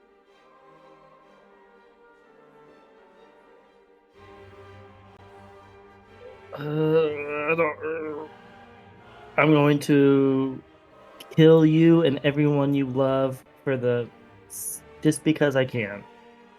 Essentially. See, it looks towards you with its compound eyes, whirling with its tentacles. You see, it looks and just goes.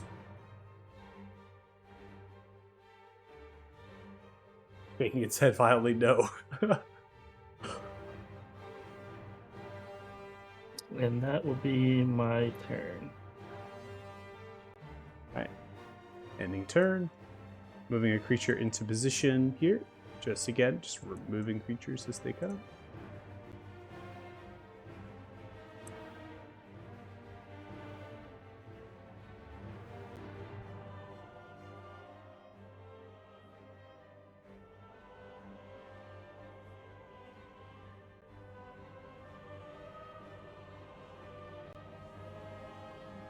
Drawn to the attention of the fighting and the clasping of various weaponry.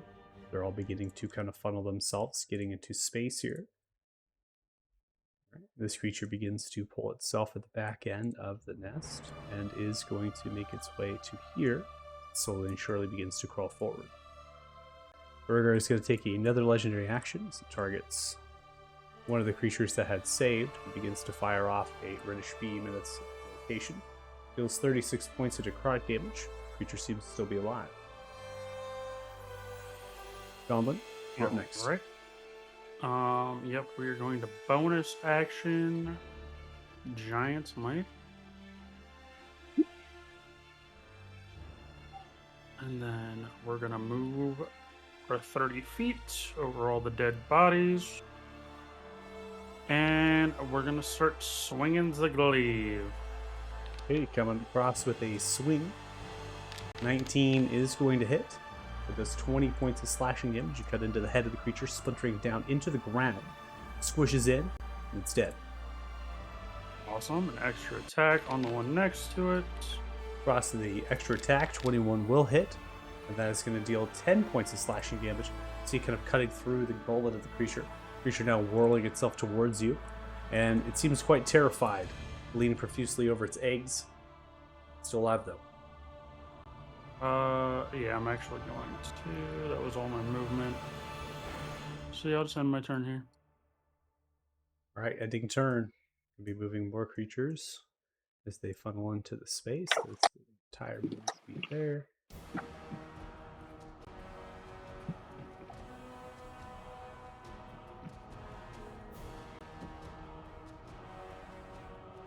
This creature is going to turn, begin to leave its nest. It's going to get to here, moving its entire movement speed relatively. And then it's going to go in for a tentacle strike at the Steel Defender. 24 hits the Steel Defender. The prompt to Steel Defender for a save. Steel Defender is going to be immune to poison conditions. And I believe it is immune to poison damage. It's actually not going to take anything, so I don't need to save there. 14 is going to miss from the bite on the Steel Defender, ending turn. Comes in towards you, Donlin. As it does, it looks with its tentacles. Natural 1. It slips and falls over its own bile and goo of its eggs. then begins to come in for a bite. 13 misses. Ending turn. Another creature begins to pull itself through. Going to get to here on a dash. Ending turn.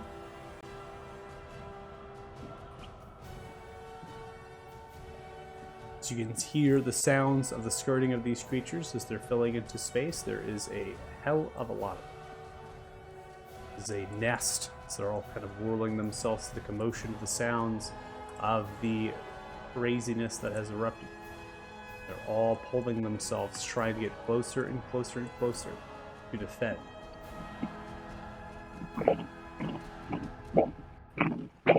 Now, as they're doing this, we come right around the end of round 1. The ground begins to shake and quake as the well at the center point of the crystals begins to kind of bubble and move and shift. And a large queen emerges, exploding out of the actual crystals itself as it begins to come inside of the corridor. Its body is still cemented into the well. This large, vicious slug-like creature, very reminiscent of the others, but just engorged and large. It has many more tentacles and other sorts of crests and appendages, fan-like things upon its head. It begins to whirl itself, looking around potential targets, and sees you, Donlin, and begins to wrap its tentacles around you. Count as coming into my 10-foot range? I'll let you decide that, if you would be surprised by it or not. Well, the glaive makes me not surprised by it. Yeah, so So, up to you. No, I'll say that I got, because I think I failed this, so it gets first attack. That's fine. Okay. Yeah, because it's coming up from the hole and your attention's pulled there. The weapon would be like alarming at that split second, so if you want to take the reaction, you can. Right? Nah, I'll say it got me first, Okay. because I think I failed that save anyway. Okay. So you are going to fail an 11. You take 14 points of poison damage. And you are going to be paralyzed here as it wraps you up. Then it's going to go for its bite towards you. Deals 21 points of piercing damage as you're raked across by the paralysis. And you're frozen solid here in the stage as the queen whirls from left and right. Berger looks at the end of the queen's turn and begins to fire off a kind of this grayish beam. You see as the creature is hit by this beam, and the stone of the floor begins to almost fill in to around it. The creature is restrained and is almost going to be on the perch of petrification as the queen begins to be bubbled with its skin, it's tattering its flesh. Ending of the queen's turn. Jax, you're up next. Top of round 2. All right. Well, seeing everything that's going on with, actually, I guess I can't see because of the dark vision. So I'll move up here a little bit. Seeing Donlin went that way. Now at this point, I can see Donlin and what's going on. I see the queen obviously already, so I'm going to go ahead and target the queen. But I'm going to stay outside. I think the melee range is here, the tentacles, and throw a dagger at her. All right, so a 14 is not going to connect with this creature. And Correct. You throwing it through. You see as they have a kind of chitin or carapace-like shell that's around them that's more sturdier than the others. And that dagger is going to hit in and kind of hit and just kind of plunge just a little bit and then bounce off.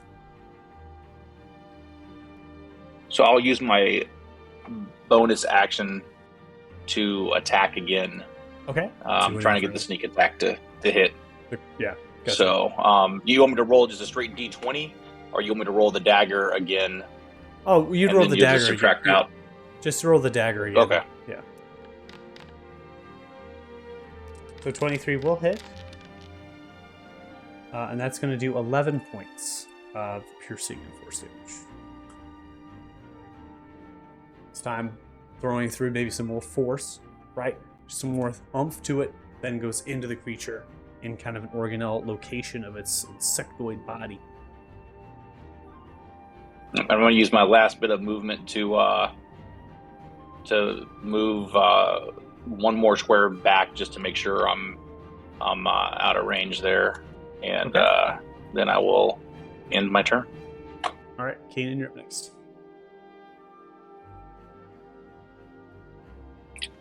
Good target.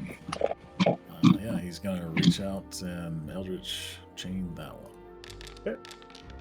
Starting off your Eldritch Chain, 25 will hit, and that is going to smash into the creature. 17 points of force damage. Hit him directly into the back end of the wall, kind of hold them there for a brief moment, and then they just kind of break apart, multiple bits and pieces of fragments. In its last moments, it's still shaking its head. No, a small tear comes from its carapace eye.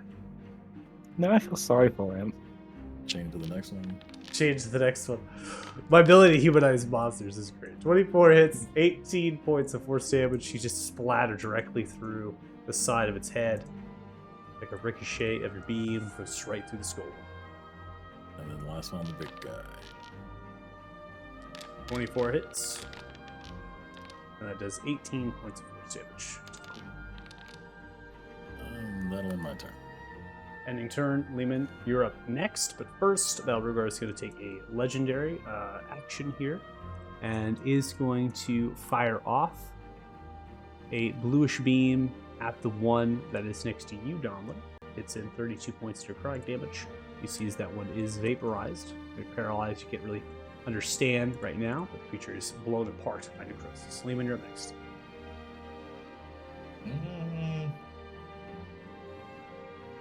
Guess I'll just cast Fairy Fire then on the big thing. Okay, the creature is already restrained and is becoming petrified. You could visually see this being built up. So you have the advantage from the restraint. The fairy, Okay, then. it's your call. I mean, the fairy fire is going to get you, in case it breaks out of that restraint, right? Could save on its next turn here. So the fairy fire is still worth it if you want to kind of maintain advantage if that happens. If it's gonna be with advantage, Okay. we'll start swinging. All right. How do I kick it over to advantage when I do these swings? The restraint condition upon the creature should automatically give you advantage. But if you ever need to manually, it's holding down Alt for advantage and then clicking, or then holding down Control and clicking for disadvantage. 26 is going to hit. You deal 6 points of slashing damage. You come across. And the next strike, 25, will hit as well. And dealing 5 points of slashing damage. It's just ripping through the creature from left to right. Massive target. Steel Defender runs up. Okay. Getting a rend here, 20 is going to be successful, and that's 5 points of force damage. So it rends through. That'll be the end of my turn. Ending turn, we now come to Balrugar. Balrugar is going to fire off its rays here at multiple targets. And these are all going to be a bluish ray as it fires off. Deals 39 points of necrosis damage to all of the targets. They've all failed as they're hit and struck by all of the rays, splintering and vaporizing multiple pieces of their flesh. You see as Balrugar now has a full smile upon their face. They seem to really enjoy this. Creature is going to now come through here, moving 15 feet. Additional movement kind of steps over the body of their fallen friend, looking towards you. It then begins to raise its mouth open for a bite. Goblin, you're hitting in with 18 points of damage. You are unconscious as it begins to rope you down. You begin to fall towards the ground. Creature then is going to end its turn, continuing to engorge upon your leg. At the end of your turn, Balrugar takes a legendary action, points one of its eye tentacles outwards towards you. You begin to almost vortex warp. Its purplish hue disappear and then reappear behind and halfway of the space. As you reappear, kind of come into the element, Balrugar begins to kind of turn, hover towards you, shake the head from left to right, and then turns back. Lance, you're next. Okay. I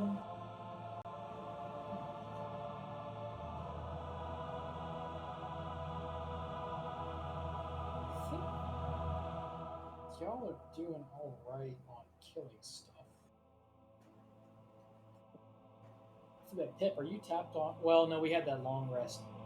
level up. So Yeah. I'm gonna say would you mind getting them up? Pip's mindset is not in healing right now. No problem. No problem. In that case, I will go over. I can at least do a medicine check to stabilize him, but DM, given my poultices and stuff, is there anything extra I could do? Either rule is cool, or if you want to make it a permanent thing. I mean, you can give if you're not wanting to give a poultice. Is that what you said? Well, the poultice takes a minute to apply. Yeah. That's not something I can normally do in combat, but I'm just Yeah, wondering if there's anything I can do. Yeah, I mean, just a medicine check to stabilize. I think that's all your That's character can do. Yep. Oh, I have proficiency in that, so I'll do it. Yeah, All right. Donlin, you're stabilized. it's not ideal, but it's something. And there's because that took my action. There's not much I can do as a bonus action, so that'll be my turn. All right, ending turn. Before we get to the next creature's turn, Belregard takes another legendary here, fires off a greenish ray in the direction of one of the creatures. The creature takes 57 points of force damage and is vaporized. Single swift motion.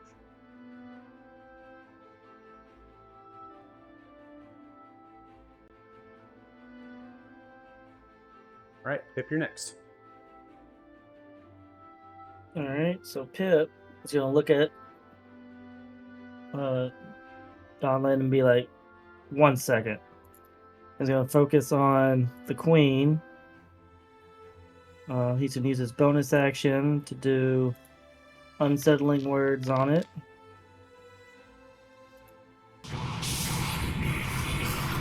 And then he is going to hit it with his whispers at 3rd level. Okay.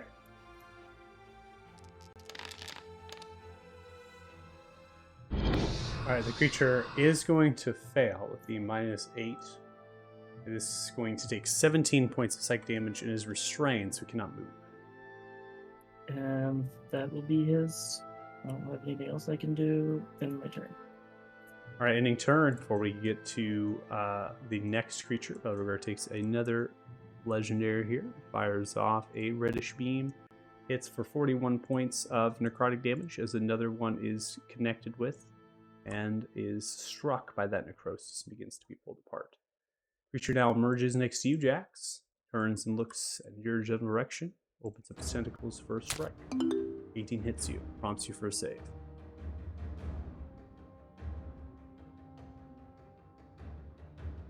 Yep. Could be in the chat card. Oh. Yeah. I just click on the Constitution saving throw, right? Yeah, just click on the dice icon in the chat box. And it should. Well, Oh, on the dice icon. Okay. yeah. Simple as that. All right, you are going to succeed. You only take 1 There we go. point of poison damage. And then the creature comes in for a bite. 15 is going to hit you. You take 7 points of piercing damage. That's the end of the creature's turn. Another creature whirls, sees, pays attention. Rolling dice.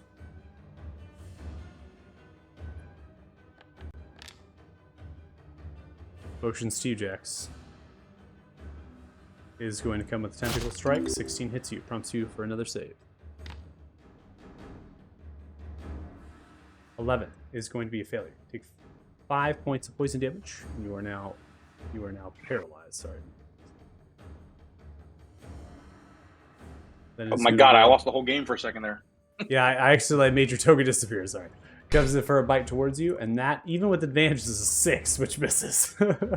So you see as you're paralyzed from the tentacles and now pulls itself up, and the other creature might be coming to bite you, and they butt heads a little bit as they're kind of trying to feast over you.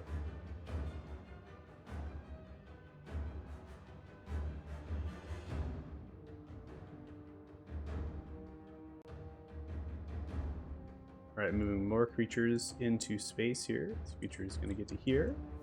And then is going to go in for a tentacle strike towards the Steel Defender, which misses, and then a bite.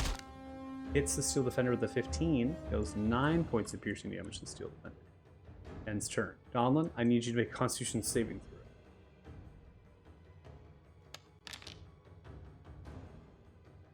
Alright, you are no longer paralyzed, but you're still unconscious. Go ahead and end your turn.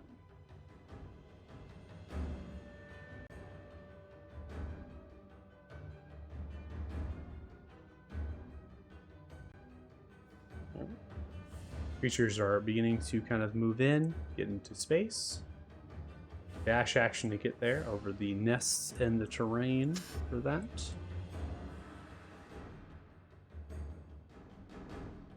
It's here. It's turn.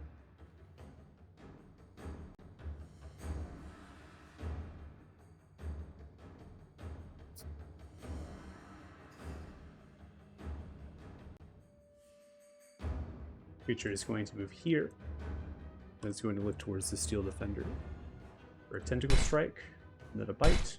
19 hits, the Steel Defender deals 10 points of piercing damage. Its turn.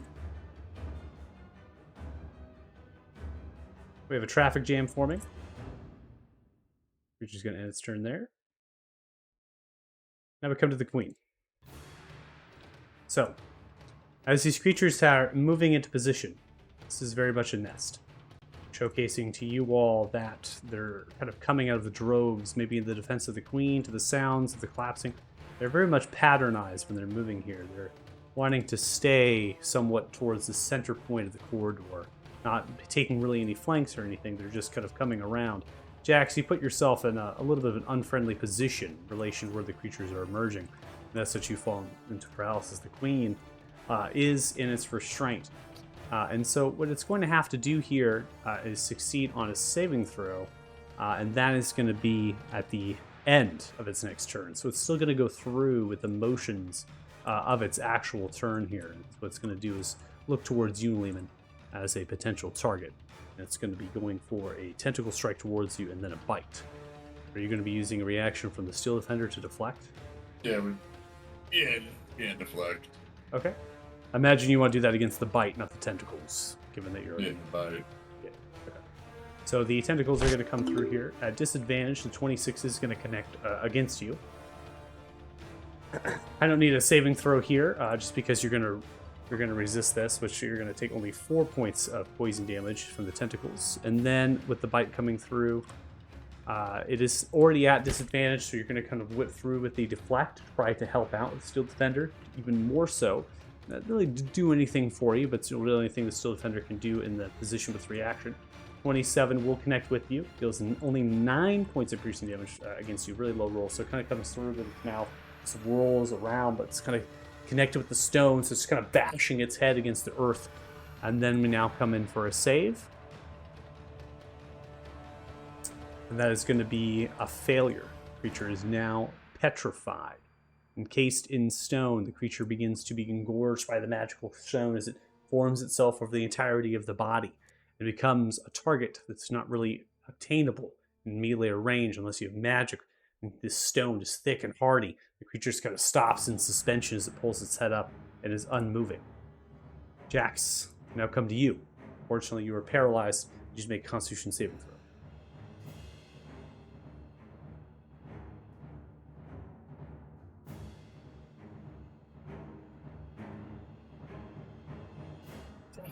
Okay, sorry, I kind of broke up. Con saving throw. Yeah, Constitution saving throw, please.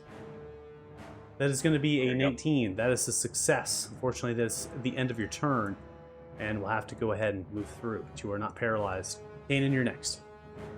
Alright, he's gonna try and help out Jax a little bit since he's in a bit of a pickle over there. Top of the Eldritch Chain. Starting Eldritch Chain from the first target, 21 connects. That does 21 total points of force damage, splintering into its head. You can see it just collapses, hit into the wall instead.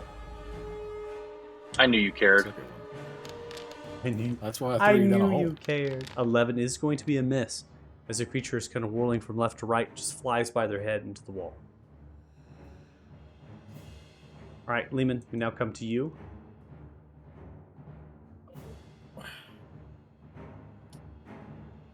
Alrighty, spells written. Okay, never mind. Damn, gonna swing again, right back at him. You're swinging at the queen? Yep. Okay. So the queen is petrified. So attack rolls will have advantage. Technically, it's incapacitated. It'll automatically fail, but the creature will have resistance to all damage types that come at it because it is petrified. So you're going to swing with the 14. even with the advantage that it's going to not connect. So you kind of try to find a gap in the stone, just bashing the sword against stone. What's petrifying it again? Petrified means it's encased in No, stone. what's petrifying it? Balrugar had Balrugar. petrified it. Bay, away from them. Gotcha. A ray Big. from Balrugar had hit it and petrified it.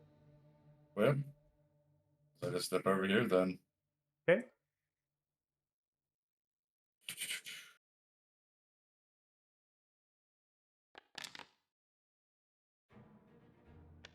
All right, 16 is going to hit.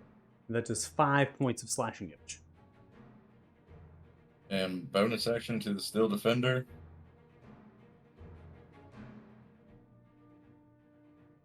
And fuck it.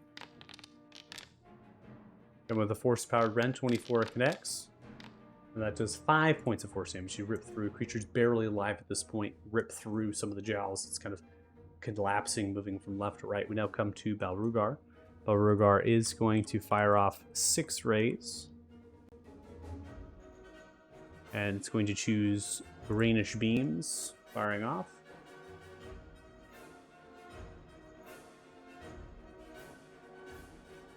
All right, each one of these doing 54 total points of damage. It's like one of them is glitched out, so I'll have to manually do it.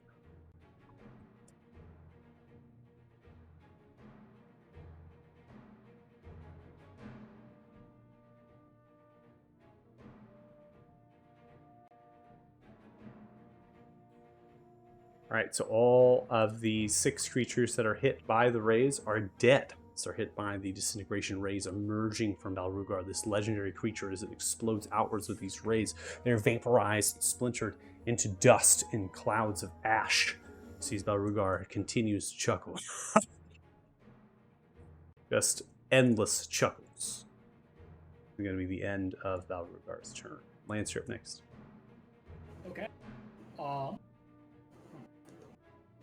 much I can do for our down fellows, so I guess I will attempt to attack twice. Not still better. Move up a bit. Let's see, I'm 30 feet now. Attack twice against the little guy to the left, and then once at the from the Hornbreaker action. Okay.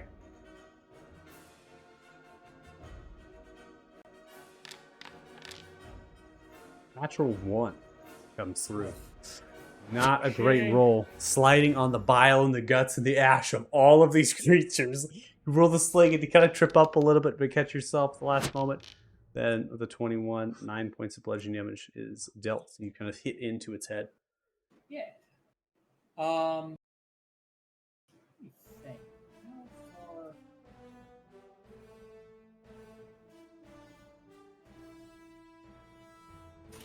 How far? Yeah, attacker would have disadvantage trying to throw. No, I'll just take the the extra attack against the. Just thinking of sacrificing again for Jax. Would be a disadvantage for the attacker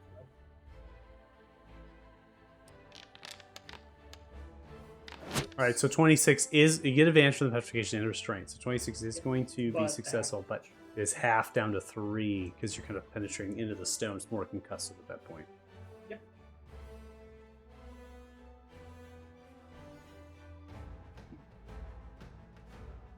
Anything else for your turn? Nope. Okay. Sorry, I was cheat and No, you're good. So at the end of your turn, Balrugar takes another legendary here and is going to fire off a reddish ray. It's in 68 total points of damage is dealt from this ray as it goes into the creature, begins to bubble and vaporize into necrosis. The creature is dead. good lord. Good lord indeed. Another creature begins to come through over the bodies of its fallen friends. Gets to here. Pip, you're up next. Alright, so Pip is going to notice he can't leave his friend down too long. So he's going to walk over and cure wounds. Dala just laid out. Gave him a little back massage. Little back massage. You could be okay, buddy. That's like Donald's permanent position in our fights here with the first couple. And Just need then- armor. It's just his jujitsu tactics. He starts in guard. He just immediately drops, pulls guard. That's that. He should do that at the start of the next fight. Hey, Michael, I'm just gonna fold my back, put my legs up in the air here. I'm ready. Come My at me. body is ready. And then still use a cantrip. So I guess I'm gonna talk shit to the queen.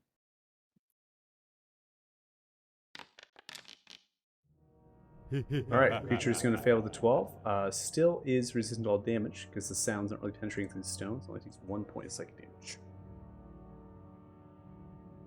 It's a very mild insult. It doesn't move. It's like I have no mouth, but I must. it's like yelling to a stone statue. Yeah, Like, you're, just "Ah!" talking shit. It's like you're basically arguing with a light pole at this point. Yeah. You as a stone is probably the most useful you've ever been. Weak ass insult, but it's worth a point. All right, that's my turn. All right, ending turn. Beauregard is going to take another legendary and is going to fire off a bluish beam. That is going to deal a total of 53 points of necrosis damage, and that creature is immediately killed as it explodes in flames. Movements of another creature beginning to come into space here, and this is going to be a full dash to get to this point here over the fallen bodies of its friends, littering piles of these creatures all around. Donlin, you are now awake. You're still prone. I did put the condition to you. And you are kind of looking around, just massive amounts of gore. I mean, it is just bodies and ash clouds everywhere. And then there's a statue of this giant slug creature who's like 45 feet from the hole, right? Yeah, I guess I'm just gonna stand up. And I'll just move over here besides Beauregard so I can see everything, and I will end my turn. All right. Ending your turn, before we get to the next creature, another legendary taken by Beauregard fires off a greenish beam. That is going to deal 40 total points of force damage from disintegration. The creature begins to be pulled apart from multiple different lignits. This creature comes and emerges. This is a dash to get to here, which is coming in the range of the Steel Defender as well as you. Leave it. Ends turn. Queen can do nothing. They are petrified. Ending turn. Jack's up next. Yeah, so I didn't want to interrupt anybody's turn, but before I go, I was scrolling over all my effects, Michael. I have a Bracers of Archery passive effect on. I don't know if it's because I threw the dagger last time. It wasn't on earlier. I just don't know what it is, and I don't want to... You don't have to worry about it. It's not equipped. It's unactive right now, Okay. so it's not on because you don't have it equipped. Okay. It gives +2 bonus to damage All right. rolls on ranged attacks made with a longbow or a Yep. short bow. I just want to make sure it wasn't something that popped on for some reason without supposed to be on because I threw a dagger, so... Nope, All you're right. good. So I've seen people hit the queen, and it's not really doing much. I saw Belrugar shoot further in. I just got attacked from further in. So what I'm going to do is, are there corpses in front of me? I would There are assume, even though they're not showing on the bodies- screen. Yeah, there's bodies everywhere. Yeah. Can I'm going to hold my action to attack any more creatures that may come out or come toward me, but I would like to hide inside of or using one of the corpses to hide. Okay. Better make a stealth check, please. Natural 1. Perfect. So, Jack, you I am are perfectly hidden. looking down at the bodies around you, looking for an opportunity, slipping around. You then stick yourself into the mouth of one of the creatures, but it begins to balloon with gas. And as such, it lets out a large billow of that gas. Seem like you're hidden, but you're really... I'm perfect. I'm perfectly hidden. I'm perfectly hidden. What are you talking about? And then, like I said, I'll hold my action. If another creature comes within my melee range, I will use it to attack. Okay, sounds good. All right, Kanan, you're up next. All right. Let's see. We will. This time he's going to target with barrage. Everything's too far away.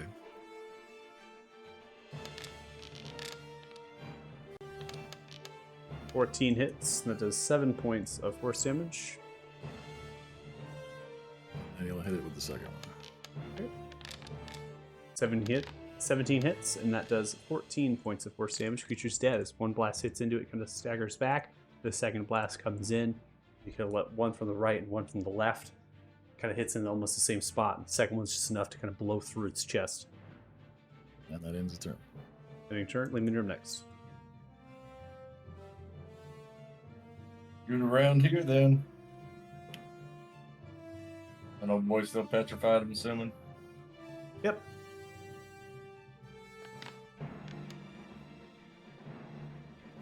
All right, 10 as you swing through. Unfortunately, is not going to connect with the creature. 18 on your extra attack is going to do so. 11 points slashing damage come through. Just kind of pulls itself back, rolling the longsword. Come for another slash from left to right, slices through its abdomen. Steel Defender coming in through a rend. 17 connects, and that's going to be 8 points of force damage as the Steel Defender kind of bites into some of the flesh, rips out a chunk. Ending turn, we now come to Balrugar. It's only 2 targets. Perceptions, you don't hear or see any other. Balrugar is going to fire off 6 of its rays, one of which goes a reddish beam, 61 total points of damage at the one that isn't petrified. You see as it begins to flutter down, exploded by the necrosis, and then Balrugar just begins to hover over, directly point-blank range, and lets go of all other 15 rays. All of the same of that reddish beam directly at the creature. I'm going to go ahead and roll out that dice.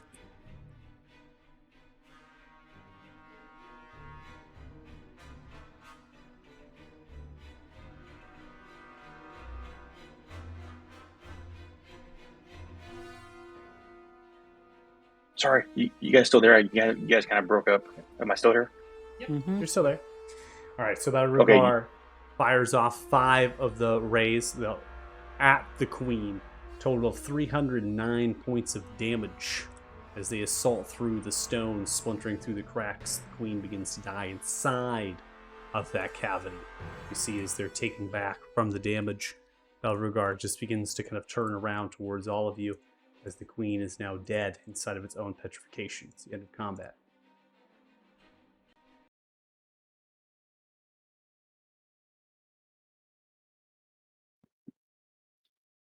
Is there a reason that we killed all these slugs?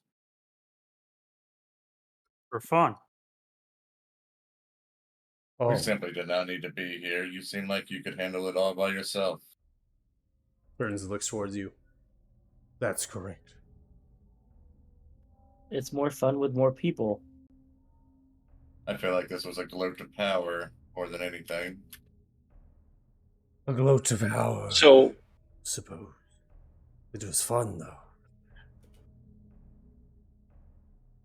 let's remember what he said in the beginning, too, guys. As fun as this may be, he said he did defeat Damodar, but he couldn't kill him. And look what he just did here. So now we have an idea of what we're up against. Is your cousin and your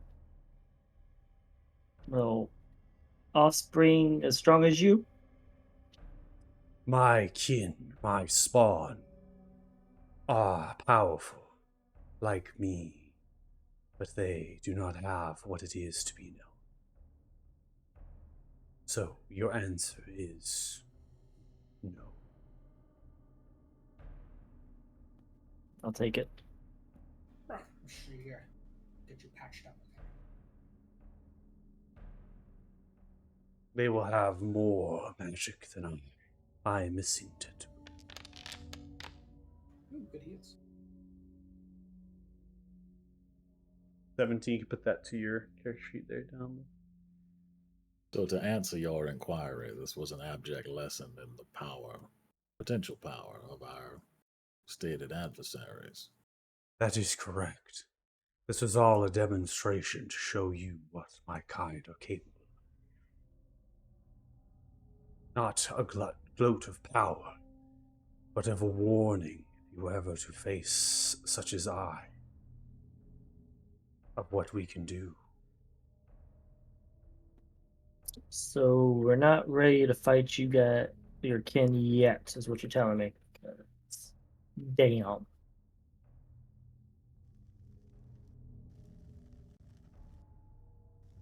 I do not believe you are ready yet, from what I have seen you battling these pathetic worms. Posed a challenge to you. Something to work on, I suppose.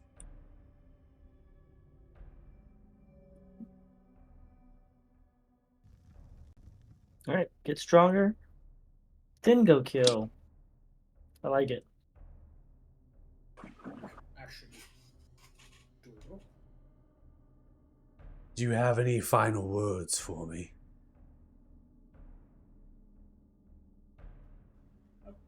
Thank you. Just one last one, as I seem to have been put into your service. How can we contact you in the future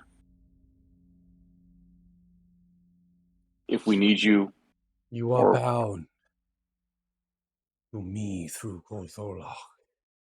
It is a binding of magic. One that I assume was unbeknownst to you.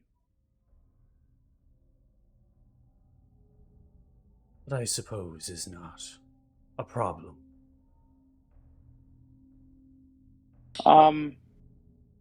Seems we share similar goals, so no, it's not a problem for me right now. As they turn towards the red cloud of energy channeling forth, they begin to pull a book out from here.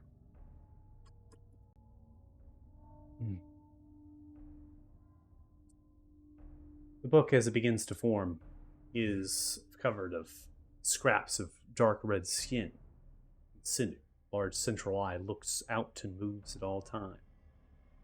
Begins to float out, telekinesis towards you. I did not As see it gets you close, wield oh. the arcane. Go ahead, sorry. I was gonna say, as it gets close, I'll reach out and grab it. That's all. I'm sorry, Michael. Okay. No, you're good.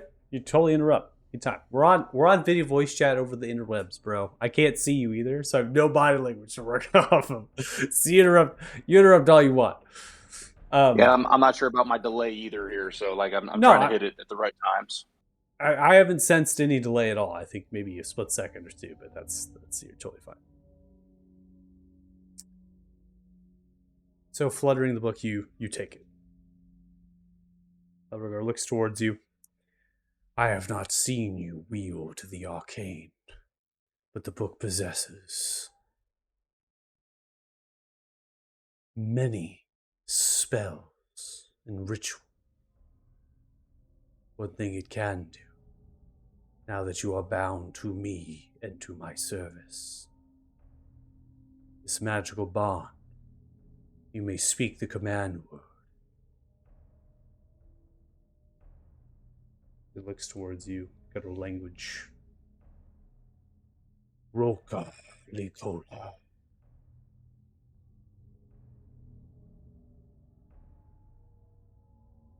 Oh, see, can we get that in chat? Yeah. It's also in the items. The items in your inventory. It also says it in the items description. Oh, okay. But there it is. When I named this, it's funny as actually people think it's Rola Cola, the commercial. So you're welcome. You're welcome. We are connected by this magical bond. Speaking the command question, our minds will bridge, and we can form telepathy over many, many, many miles and planes.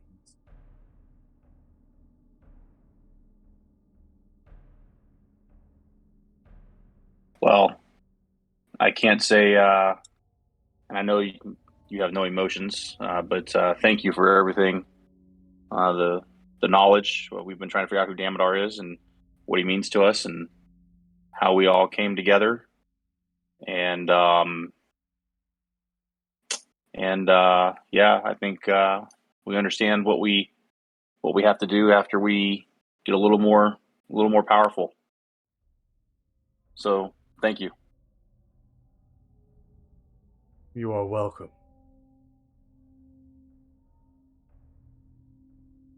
Are you ready to go to this Pelu? I think so. knows?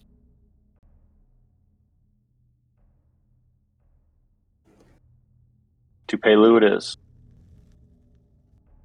Rather.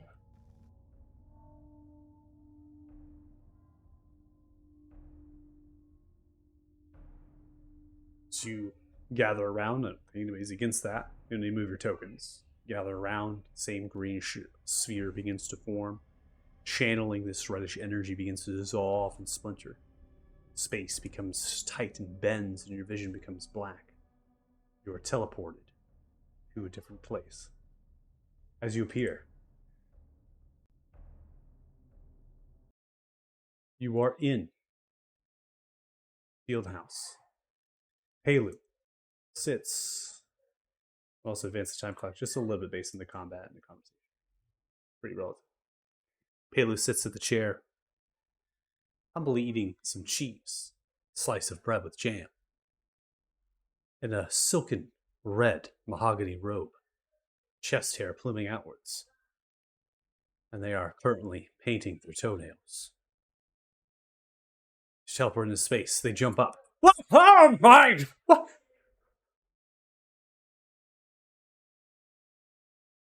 What? Oh, it's late. I suppose it is rather late. Infernal hells!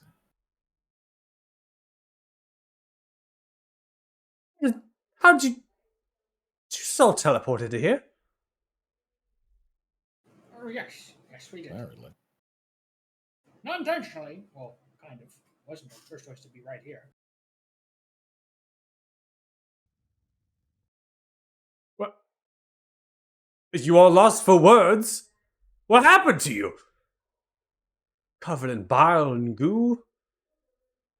It was a rather strange place underneath the mine. Not the mine, this cave where we went to go find the missing miners. They should have returned by now, I would assume. Well, the one. Kalan and Emmerich, yes, they have come here, and I have spoken with them. Very briefly, Kalan took Emmerich home, as such, and they said that you would be following up. I can ask as questions as I would wish, and to really figure out what happened. A lot of bugs. Slugs. Slugs? Good times. Like- Large insectoids. Large slugs. Yeah, Yes. bigger than you or I. Seems you all have been through so many... Look at the faces of you all. Traumatized. There were very many bugs. Goodness. Wasn't pleasant. These DM must be a right bastard.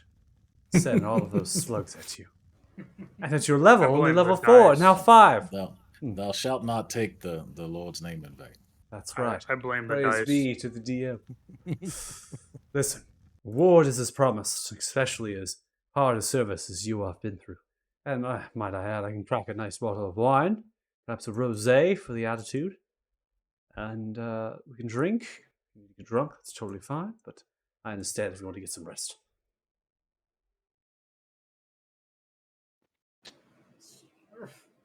Yes. I'll just take my money and then I'm gonna go train. So Yeah, I'm gonna go rest up. A bit late for that. Right. Well, seems like you all are complete lost for words, training, and things. Let's go ahead and take a break, shall we?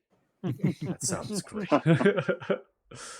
All right, so if you're watching the stream, thanks so much. Really appreciate it. We're going to take a 10 to 15 minute break or so. So we'll come back at about 7:48 or 7:53 p.m. PDT. Yeah, hopefully you join us when we get back. It's a pleasure. And we'll see you in a bit. So, bye. See you.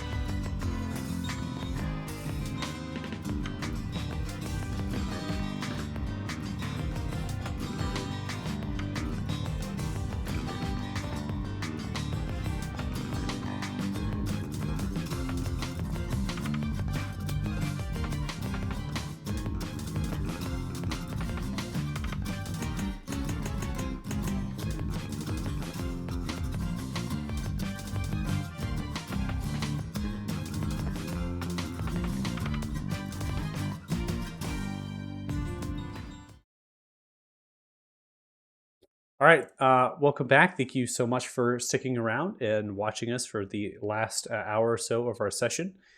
We are here at the Heroic Mining Company Field House with Pelu Riza, who owns and operates the company, as well as Riza Enterprises, something as you stated to you all. You have taken a quest or a contract of sorts from them to investigate prospectors. One of those prospectors has returned from your efforts, as well as Kalan. Kalan had taken them and just gave him a brief little bit of a hey, I'm going to take Emmerich home. This is kind of what happened. The others will follow and they'll answer more questions, right? I'm going to take Emmerich home, get them comfortable, right? Stay with them tonight, kind of thing, based on Emmerich's just psychological state right now of what has happened to them. Kalan, even though they might be short on words and quick to things sometimes, they're still a very gentle person and loving. They're still a good person. So Pelu, you kind of waiting, right? So you all teleport here after you had a fight with some of the creatures and showed the onslaught of what Balrugar and their kind is capable of. They remark their kind as Xylok. That's Xylok. So they had marked themselves as that. They had stated they're creatures that are born of magic, something to do on lines of balancing magic in the time of Prime Material Plane when things were kind of awry, and they absorb magic and they have kind of control over arcane, right? So Balrugar is an elder of their kind. They are a cousin to Xanathar. They had gone through this thing in terms of raiding the Wizard Keep, right? The Staff Behold, and that led them on to kind of give you this sword. The sword is meant to kill dragons, right? It has history, slaying a great elder red worm by the wizards of old. So Balrugar had stated some stuff to you, Pip, about your timeline, and if that's true or not, right? It's just kind of grasping at those wisps, talking to you, or sorry, telling you, I should say. And so we're kind of now have all of that thought, right? All of that really unpacked within our minds. It's late at night. We've traveled a good amount of this day. We fought a lot in this day.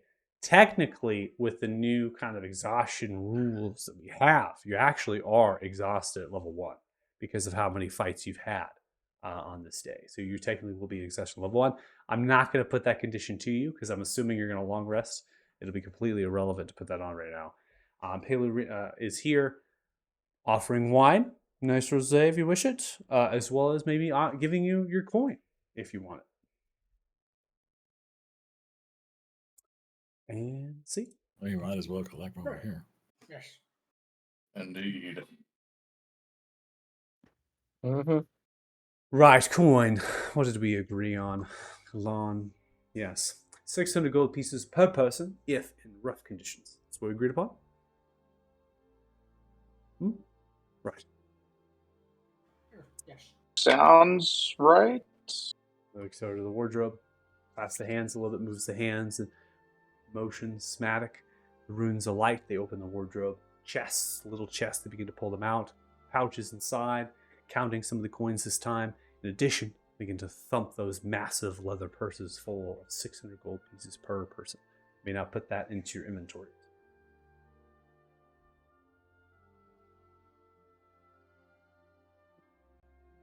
Then makes way back to the wardrobe, puts the chests back in, shuts them. Walks over to the kitchenette, pushing past you, Kanan. Oh, excuse me. It's a little baby, just a little bit of a touch, right? Just a little bit of a graze. Cracks open the bottle of rosé, begins to fill some goblets full of it, silver, pulled from the cupboard above, and begins to hand them to whoever wishes. They pour themselves a long draw. They lean against the desk. Cheers. To you fine adventurers for saving Emerald. And begins to pour a little bit of the wine out onto the floor. And for those that perished, all those prospectors that met a dire end, I will be compensating their families, and I will reach out to them in the morning of what had happened, speaking to them at great length about what the journey ahead will look like. Do not fear. They will be taken care of. Pelu, you really care about this operation and the people that work for you, don't you? Oh, of course. A good, caring soul is what makes a business run. Greed and fortune, those will only get you in the short run. But if you find long-lasting friendships, bonds, that traverses great lengths. I feel like we have great rapport now. Good friendship. Yes, you get that bone. Someone's really hitting that wine. Yeah. My Yeah. bad, though. I didn't mute it. Nice job, muted all the time. No, you're good. Do you feel the Duke shares that What do you care mean? and concern for what happens here, for the your operation and the people, or do you feel like he's just here representing the Empire? Well, I would highly count the Telthars as an empire. They only lay kingdom over one continent. If they were an empire, they'd have most of the world under their control. I don't think they'll be Well, quite there. If you give them some time, perhaps. Yes, but their navy is not there. They don't have the expanse of some of the Temerian warships, or even the ships from the Hanunza collective. Those are very impressive. Glenmark as well. It's a fine navy. Tolkavest Republic. They're very low on the totem pole. Across seas and oceans with fleet ships. Anyways, the Duke being trustworthy, I don't think so. Does the Duke mean well for their own agenda? Perhaps. Not of the business. I say we find out in the morning how trustworthy he is once and for all. I don't like how that sounded. I do want to state that the Duke Umbriarillo is under the banner of the Talthars and of thy lordship, Lord Thoughton Valor. Did not like how that sounded, and now, after the question was posed, to inform me what's You happening. have to. We should probably just leave. No, So- don't just say that and say leave. That makes it way more suspicious. We fill him in. Come on now. So It's just as simple the fact that, in behalf of your people and everything, we just want to make sure the Duke is telling the truth. Trust me. We don't wish any harm. We just really want to get to the bottom for the sake of your people and to make sure you guys are looked after. Simple as that. But what is it that you find suspicious that you're wanting to investigate? That's honestly what I'm after here. let's just say that he didn't share the same concern for the missing prospectors that you have, nor for their families. And I would think that somebody that has to keep an operation going here, like you said, would show that concern for, I don't know, better work ethic, better production, and to take care of the people that are taking care of him per se. I feel like Norma's friend here, while perhaps a bit given to the sins of the flesh, is proven to be trustworthy and level-headed in matters of business and stature. Oh, we may have- I add, not a little bit of sins of the flesh. Quite a bit. Keep going. Fair. We have come upon some evidence that the Duke may be in league with an enemy of the Talthals.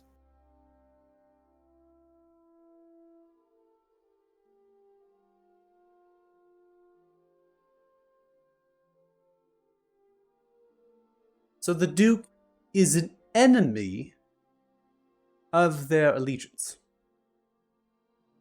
Wow. Spy. You know what gain?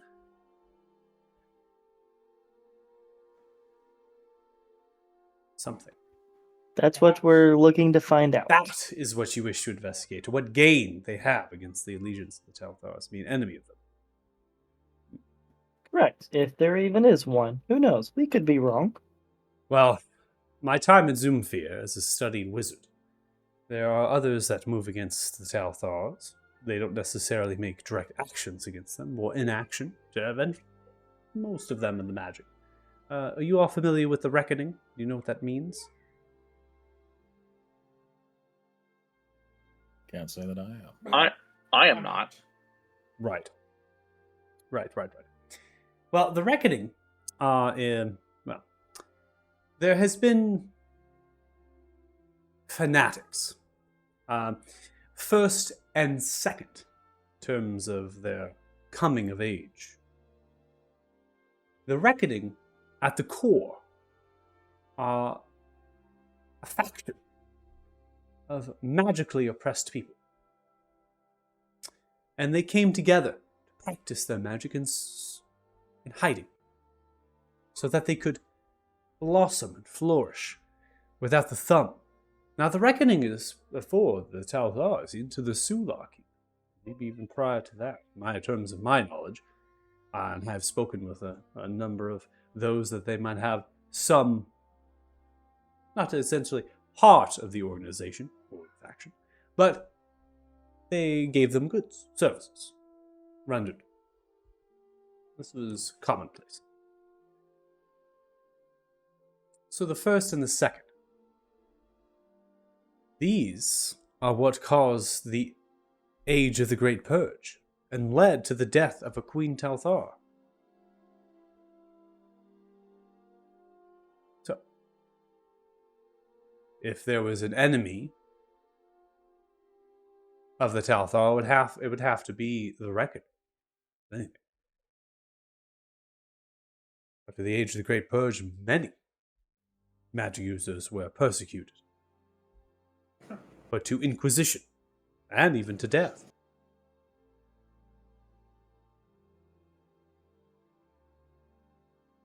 Does the name Damodar mean anything to you? Damodar is not a name that I have personal experience with, but my Reza Enterprises, I have a stone or two that are capable of sending. I do have magic of my own to reverse messages. So I've left a number of individuals in charge of the business, and they have said that there are reasons to be afraid in the far south, and that there's a name that's chanted among some folk called Damodar, Master of Dragons. That is who we believe the Duke might be in league with. Oh. Right. Well, begins to take the draw, drinking it all the way down, takes a bottle, moves it back to the desk, pours it all the way to the tippy top as it begins to spill over, cups it with two hands, they're saying, well, cheers to that. Okay. We were actually having a bit of a debate on whether or not to try and continue pursuing the Duke and find more evidence, or simply take this evidence to the proper authorities and let the Talthars deal with it. My miners and the gossip has stated that there is supposed to be a message, or even aid, sent by Lord Downfalor. And most likely that aid will be soldiers and paladins. You are to find more information, and then bring it to whoever is figurehead and brought forth, or even take it to the Lord Downfalor themselves. You might have a whole army, Gates of High Rock, to arrest them. If we were to tell you the other... Sorry, go ahead. So that would seem like the more prudent course, rather than potentially engage in assault of an appointed official. If you bring enough evidence to warrant Inquisition, the Talthars have law that appoints the Lord Downfalor to cast a zone of truth, and they will imprison the Duke, as well as even maybe banishing or putting to death, depending on the grievances from that zone of truth, and the evidence, of course. I still say we go have a chat and not threaten per se or kill or anything of that nature, but just have a chat and see if we can't get him to open up a bit, so to speak. Since we're being at least I won't say fully transparent here. What if we were to tell you that your problem in the mine is related to the Duke as well? I'm all ears to see about what connection that might be.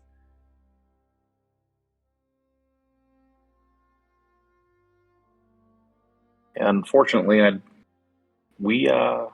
although we tried, did not get that information from your issue in the mine. However, or mine rather. However, let's just say that there is, from their leader, absolutely no love loss between him and the Duke, and we really don't know why. But once again, that seems to be 2 strikes against the Duke. I think the doors in the mine have shown restraint in everything they've done to this point. But that may not last forever. Oh, hold on, one moment. You all said that there would be no more problems with the mine, and now you're telling me that it's just a ticking bomb. The fuse is burning. No, that's not. No. No? What we told you was right now there is no more problem with the mine. Right. Right now. We didn't Right say now. there will never be a problem. But There will that is- never be a problem. No, semantics. I don't believe that is some no. You can't say, oh, Okay. there's no problem now, and then say, well, there'll never be. Well, perhaps there will be a problem. Well, If we're- they indicated that they were not going to continue interfering with the mining operations. We just don't know if they may try and covertly send someone to eliminate the Duke.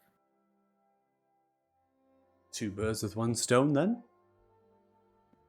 Yes, I mean, I as far personally as don't we want to know. wish someone dead, but if they are allied to this person and they are warranted to be put to death anyways by law or decree, then but business be I business. suppose.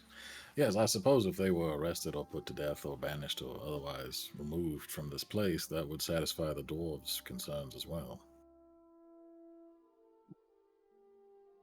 Basically, if we're being honest, they basically just said, don't push further into the mine, and we won't bother you at all. And if we take care of the Duke problem for them, it might be a little better. Let's see. Take care of the Duke problem. I was probably backward. And I'm assuming that's killing the Duke. I believe they specifically asked for the retrieval of his head. Oh my goodness. However, it was just the Duke's head. By the light of people. By the frolicking frog of Sylvanas. You are all in quite a conundrum. Perhaps. White, the predicament. How soon I can mean- we leave this godforsaken town in the middle Yes, of the well. mountains? So, I mean, you say that we are. I now include you in that we.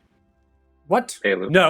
No, I am not included on anything that you all have done. I am simply paying you coin for services rendered. I did not, in any of my paperwork, put down that you'd be cutting the head off a Duke. We never No, said but we you were. did just. But you. First off, we never said we were, as King just alluded to. But you did just say that, this is something that has to happen, and it benefits. I Everyone. said, nope. No, you're changing my words. Do not gaslight me. Listen to me. Now, what I said was simply that if the Duke was really like this, right, and they are fighting against themselves in their own weird quarrel, that I am not a judge, jury, executioner. I'm no guard or protector. 2 birds with 1 stone. Live and let live. I am not going to go over to the Duke's manor and chop their fucking head off. And, Fairness, Lord, all, I mean, all to that that Palu to said that was point, that they would be very happy if the Duke were dead. Right. and that it would serve two birds with one stone. That sounds like a motive to me. So it looks like our caravan and our shipments, 3, will be ready on the 23rd of Brachus. We sent out early first light. So if you wanted to get a hitch a ride on those, more than welcome. 2 days For a time. couple of days.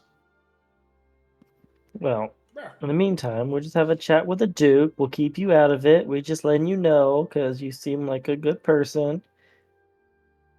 And yeah, I believe we tried to have a chat with Duke, did we not? Were we not turned away by Oh. Elise at the door?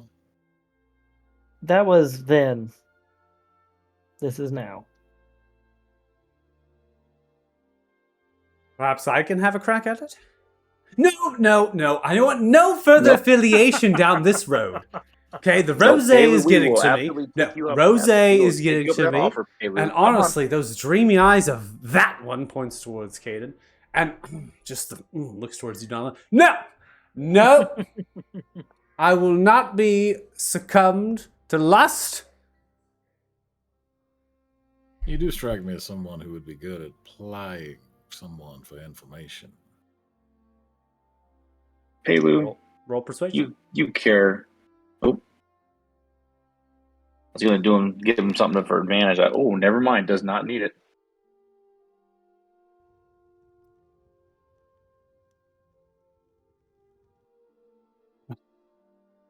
Those dreamy eyes look right into my soul. Rip it out.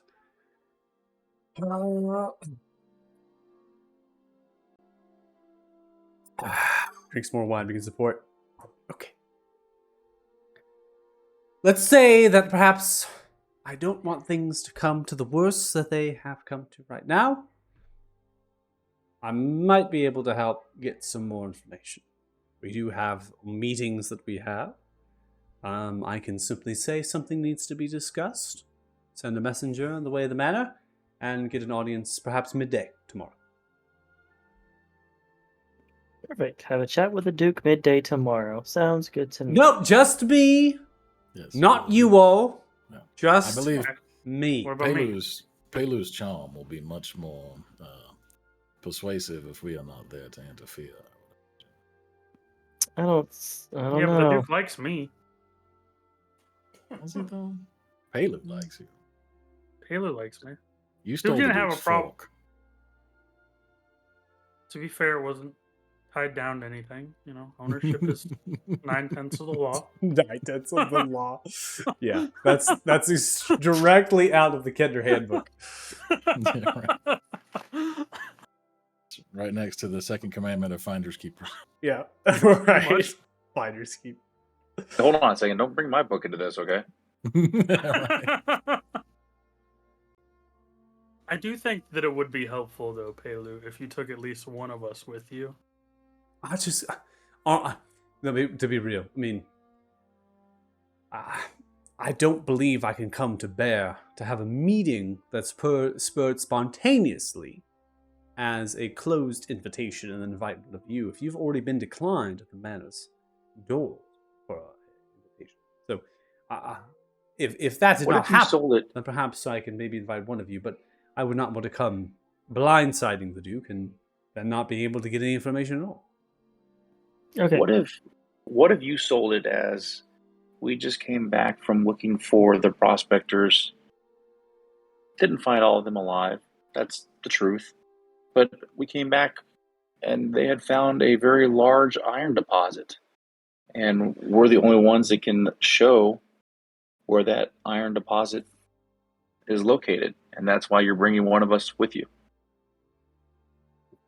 Well, I don't mean to be rude or offensive to you, but You really ought to. Sometimes it's the only thing that gets. is it the only way? Well, let me be straightforward then. The Duke would Using a simply lot of fancy words right now. Can you dumb it down? The Duke would simply turn it around and have me deal with it. I have all operations at the mine. This is my company. Simply met, the meetings are really to discuss quotas and how much we've been producing. The mine at current produces enough. We just simply have to work the labor twice. in terms of the day. So, the iron deposit found, fortunate, we can move the mine in that direction, but it doesn't change the overall quota. It does not concern the Duke in the slightest. But the Duke will not know a first-hand recount of what happened in the mine unless one of us is there. Well, that's what we tried to tell him last time, and they told us to get lost. He Not didn't. Not that yeah. mine. I'm talking This about was what we not just even a went through. mine. Well, the The cave safety and thingy. the well-being of my prospectors on set to their quest of scavenging and prospecting the mountainside, that's purely me. The Duke is not of the Duke's business. The well-being of the people. The Duke does, if the Duke does care, then the Duke might be reasoned with that the well-being of the people. But given the information that I would pose, that Emirate is the only prospector alive, most likely would simply send Elise to speak to Emirate and the family, to represent the Duke. Why don't we give our fair friend here the afternoon meeting to see what he can find out, and then follow up from there? We have 2 days here in town, so. It's true. I do need to make some new That's armor true. as well. I'm just worried about Pelu's safety. If Pelu he is asks the concerned wrong about question mine? there with the Duke. Pretty sure Pelu could kill us all. All right. What about this? Us You're and the saying Duke are that- two different stories. You're saying this he might care about the safety of the people. Well, we know what was in that cave thing. What if we phrase it as there is a threat in there that he may want to know about?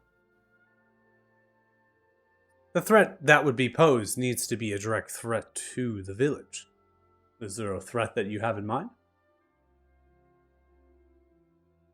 Let's just say there's a reason the prospectors were killed.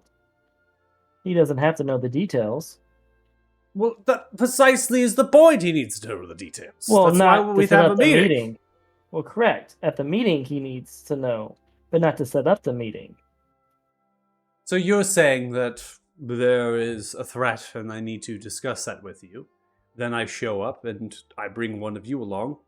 Again, blindsiding them. That one of No, you no, is no. tagging along. I'm not saying blindside. Say you have stumbled upon that there could be a threat, and you brought one of us to give no. an eyewitness account of what that threat could be. Listen. Let the man cook. Let me. What is the problem with that is that it would simply come back to me to verify that threat, to make sure it's credible. And I have hired you all as adventurers, so it would be up to me to verify with you that the threat is credible, then to bring that up the ladder and speak with the Duke. Right? You see? This is the reason, the whole point of the conversation, is that the Duke only meets with me for quotas of larger scale things. If there is a threat that deems warranted that I must speak to them, I need to know what the threat is exactly. And if I don't, it is my job to figure out what it is. And then bring it before the Duke. Pip, I think we have to trust Pelu in this one here. He knows the Duke better than any of us. You trusted me with this And he knows- information, right? I mean, Exactly. You trusted me telling me with this whole debacle. And they are... points towards Kanan. That one has convinced me to even get in the mess of this. And I'm thinking I might back out.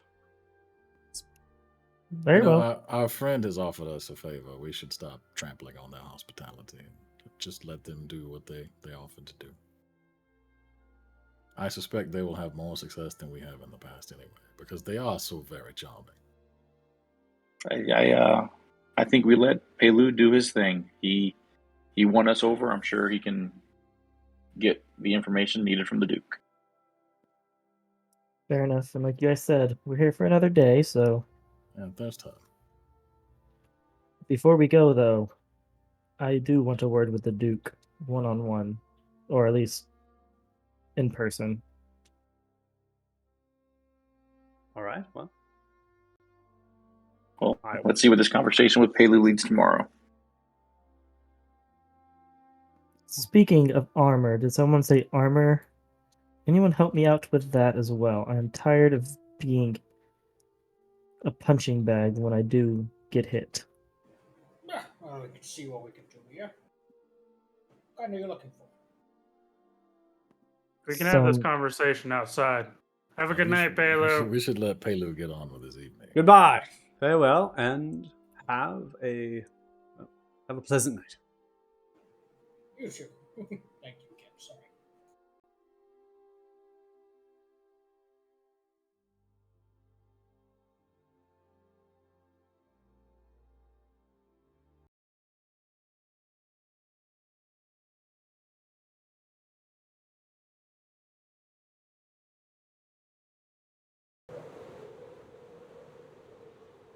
All right, so you're in the midst of the conversation. You're journeying now back to the village, so you're more than welcome to have the conversation. Theater of mind here as you're navigating, getting yourselves back.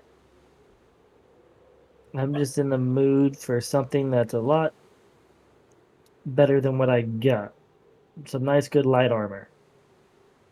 Yeah, we can see about that. How busy are the roads right now between the town and? Well, not busy at 10 all. o'clock at This night. is after the swing, and so everyone's Mhm. where they need to be right now. And you maybe, I would say, there's a few lights lit at the stables, which are about 15 minutes away from you now. You're navigating down the switchbacks, and you maybe have a little bit of light from the mining company. But courtesy of your dark vision, you don't see anything. Temperatures drop significantly now, probably past 11 at this point. So I'll just advance the time clock, and yeah, so you're alone.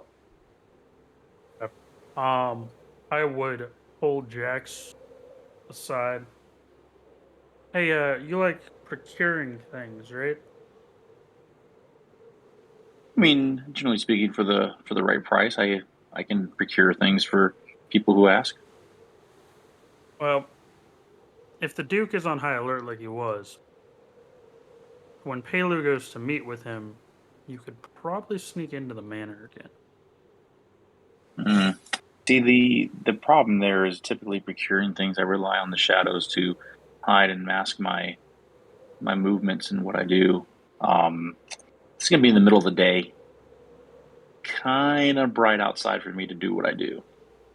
I could definitely give it a try, but getting caught's the last thing we need to happen when Pelu's in there having that meeting. I mean, I'll be out front.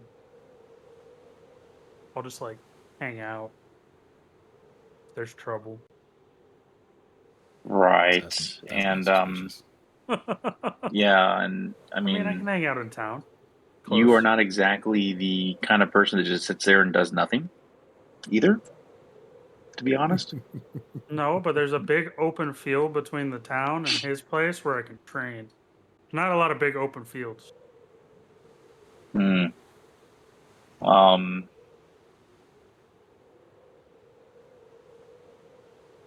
yeah, Michael, how many days has it been since we, if any at all, since we left and the heightened security was there at the Duke's house, and now that we're back, Are you what? do Wait, you have a feeling for that? can you ask me that So- again? Sorry. So last time we went to the Duke's house, the heightened security was there. Yeah, that's been a day. And That was then- just yesterday. Okay, so it's only been a day. Yeah, stop by in the morning. For some reason, I thought that the prospectors were further away.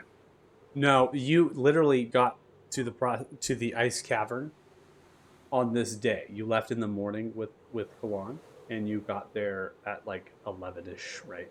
And then you've been spelunking and adventuring ever since. Then you took a rest, right? Mm-hmm. And then that advanced the time as well. But you still didn't get to a period because when you rested, you actually rested through the day into the night, right? And so that's what I was saying with kind of exhaustion things. It's based on like travel as well as getting into how many encounters you had with the fights. And so again, it's just redundant to add it on because you did take that long rest in the afternoon and you were teleported back instead of actually traveling back. So we're still on the same day, right? We're transitioning into the next day, the 22nd, because we're at midnight. But when you went to the the Dukes, I believe it was on the 20th that you encountered that security back, or even maybe it was this Might have the even been morning. this morning. Maybe it was this morning. Didn't you stop? I We think you stopped did. I think there, you got stopped turned there away, and then went and to got turned Paylor's. away and went to Paylor's. Yeah, so it was today. Still the same day.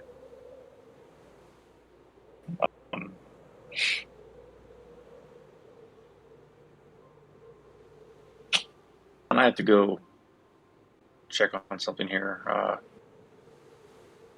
Tell the others not to worry, and I'll be back a little bit later. Got it. Have fun. Bye. As Don pulled me aside, I'll kind of sneak away from that conversation, and I would, as they're making their way to, I would assume the tavern or to bang away on metal at midnight. I don't know which one Don is going to prefer to do, but make my way to the Duke's house to assess the security at night around the house, and just kind of looking for the lay of the land now. Okay. Make a stealth check.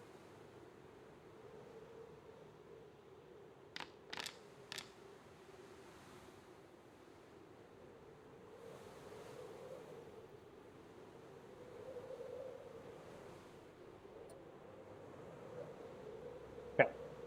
So we're going to keep us here just for theater of mind. I'm not going to transition maps at this point. So you're going to kind of venture away from the party on the road, eventually getting to the stables. You might cling to the buildings, the alleyways a little bit more than the actual road itself, keeping in the darkness.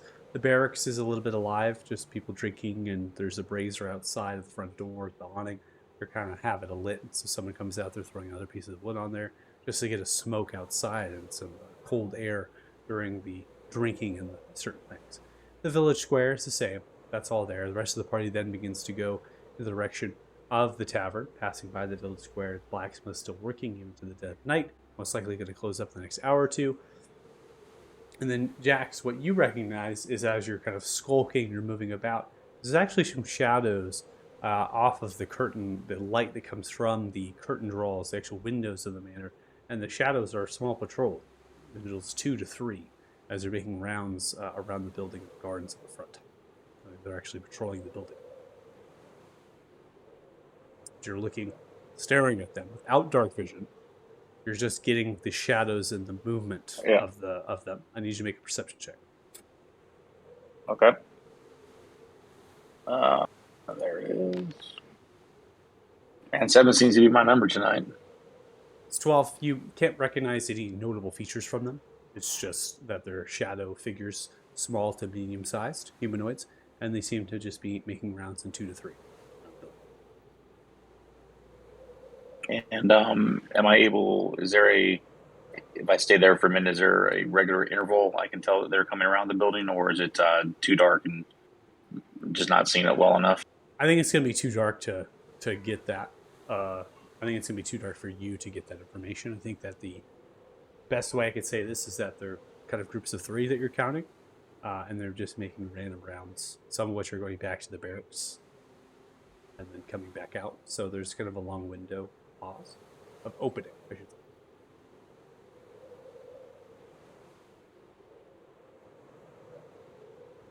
All right, I want to make my way. You said there was drinking and stuff going on out in front of the barracks? Yeah, in front of the barracks, there's an awning, a covered awning area with kind of a porch-like area. There's a brazier that they have pitched kind of outside of that, and a little bit of a ground with kind of a ground things. The barracks is 2 stories tall. Has a kitchen, right? There's rooms and things upstairs, monk kind of style. There's just individuals that are coming out, getting a smoke, a little bit hot, right, from being inside, and then they're going back inside. Mm-hmm. So it's just quick, in and out. I'm gonna make my way over to the barracks and see if there might be a way into the second floor. Okay. There's no windows to the building. It's just straw thatched, bricked slate stone, standing tall, about 17 feet high. It does have an A-frame to its structure, and there are 3 different chimneys that come out of the actual barracks.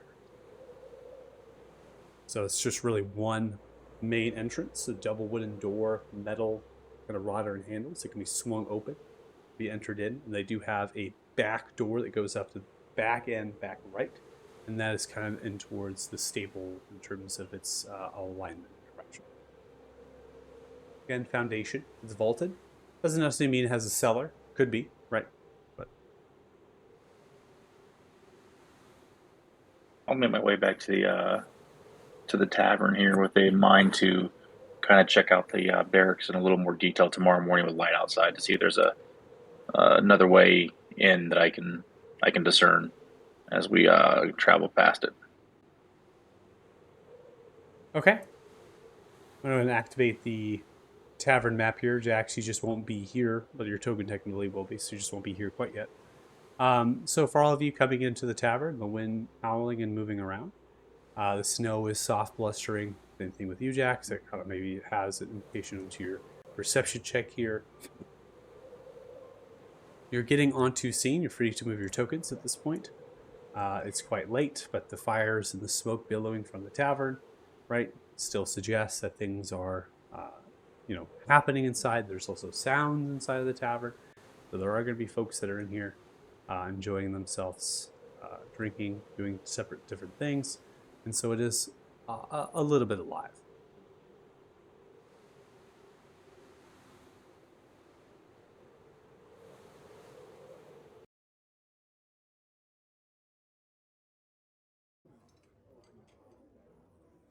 I'm just gonna head downstairs because that man upset.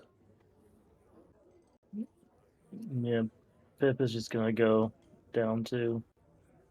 At this point, he just wants to be daylight so he can get more information. Okay.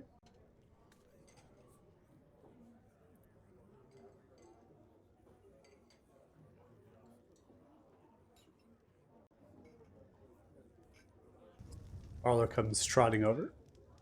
Oh! Late evening. Need a brew? Yes, I'll get a little something in me before heading to bed. And All right. pay up for the night. Actually, Right, did we right. pay up for like a week or so? Yeah. Yeah, that's fine. Yes. Yeah, special if you would, and something to munch on if you've got anything left would be appreciated. All right. Well, Marlowe special. No worries. I'll get some Marlowe special and some cheese, bread, butter it up for you. Perfect. Okay. All right. I'll be right back.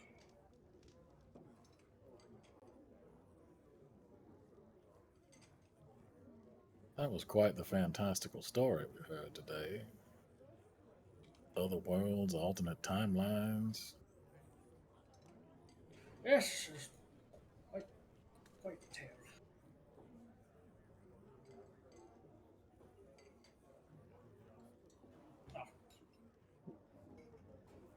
So sounds like we ought to have a few days, though. Probably talks to the Duke. Be interested to see what he comes up with. He does strike me as a resourceful individual. Yes. Sure, he'll do a fine job. To our swings. Marlowe carrying 2 frosty drinks, sets them down, steel tankards in the mugs. Then begins to unpocket loaves of bread underneath the apron, and then has a small pouch of cheese with a small knife there. Begins to lay it down, and then grabs a kind of a butter bell underneath the counter, begins to waltz it over, cutting some of the bread into slices, buttering it for you, puts it onto the cloth, hold the cheese, setting it there. All right, anything else for you? Yeah, that'll be good. What's it for all this? Well, I've been speaking to some of the miners. This is wood spread. I think this is all free. Oh, thank you. Counted as a good service rendered to the town. Thank you. Thank you. You're welcome. Most.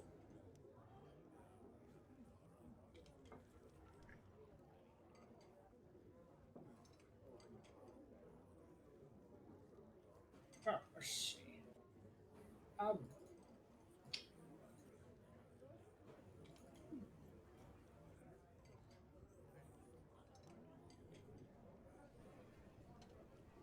I ought to ask, by the way, Mr. Caden, are you bit of a purist when it comes to the blade, your weapon. My weapon. I know some of those with finely smith blades are averse to sullying it with things like coatings or what. I figure some of the things we've been facing, I have an idea for you. But if you're opposed to coating your blade with chemicals and reagents, I understand. I have no opposition to anything that might be useful, but I find that my weapon is more ornamental to my faith than anything else. It is mostly a belt decoration. Understood. Well, I'll keep that in mind.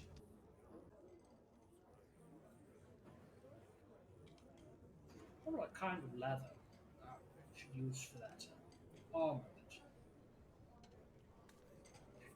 I was asking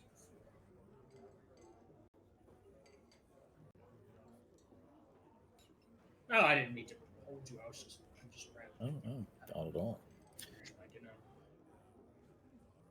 So we've heard many fanciful tales. We know a bit about what I was up to and what I'm headed off to be doing. Now a bit more about what Pip, as it is, was up to. But what were you up to before we all met upon that ill-fated boat? I was off to see some of the gnomes over in Ruffling. A gnomish city was a school of wizardry, actually several. Fancy myself, I'm not a caster, of course, but they are versed in the alchemical arts. I thought they might have a lead on this little stone. And I held up the gold stone again that I had shown down with the Xanathar's cousin, not Beholder. Zylok. Yes, the Zylok.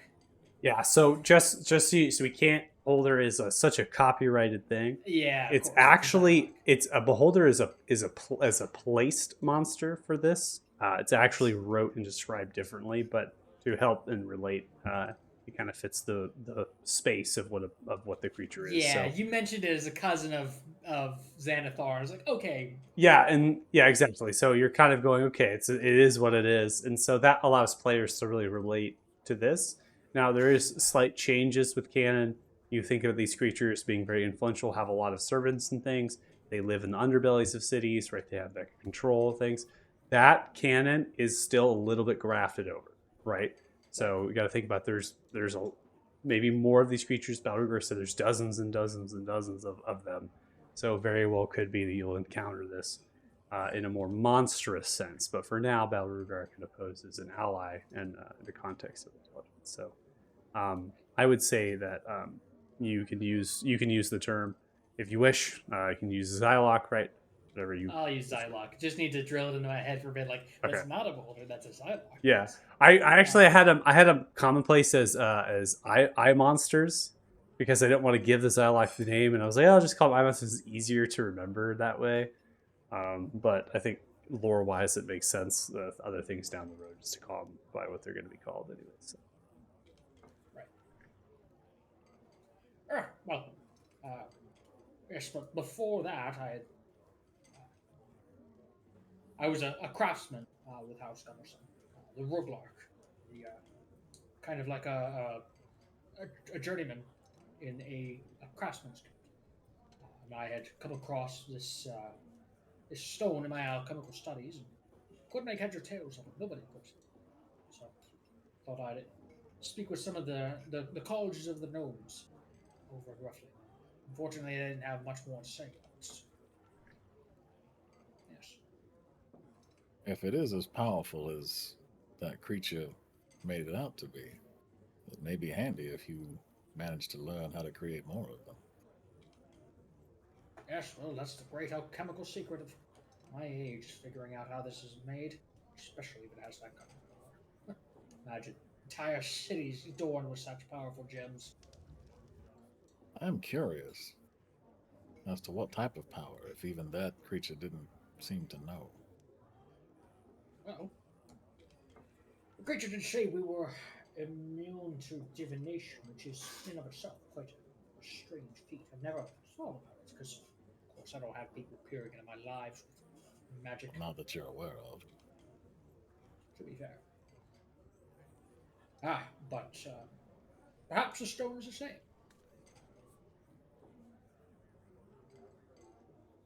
You cannot divine its true nature. But that's my studies. I'll be poking and prodding at it with a scientific method. If it is immune to magic, then that may be the only route left to us.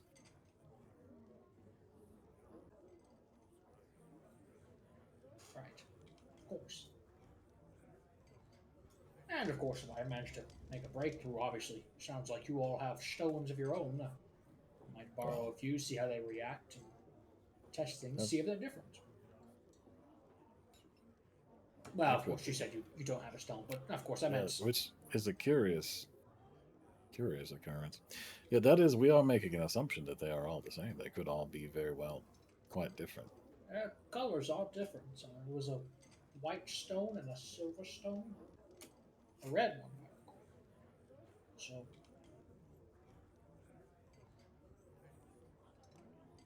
there you are. My normal friend. Pleasure to see you again.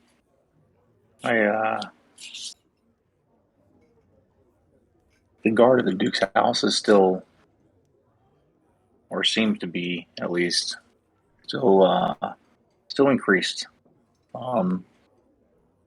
There's no real way in that I can tell right now, other than legit through the front door without a huge risk of being caught.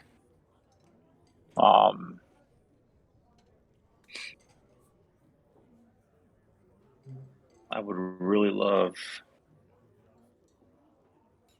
to get in there prior to the meeting with Pelu tomorrow, but I don't think it's going to be possible.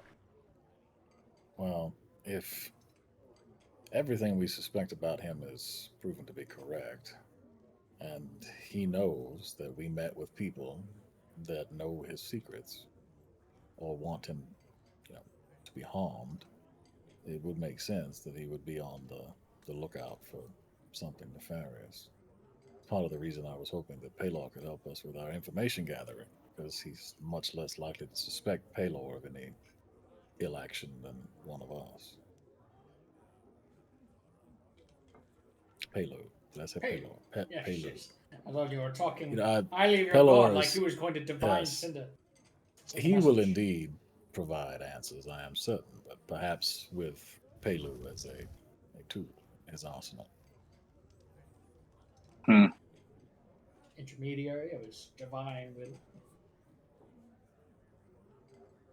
I think there's work in mysterious ways. I'm not sure how much the Duke is going to give up to Pelu, despite how persuasive he may be. Pelu is also a man of magical talents, from what I gather. I'm not necessarily certain that all of his efforts are going to be overt.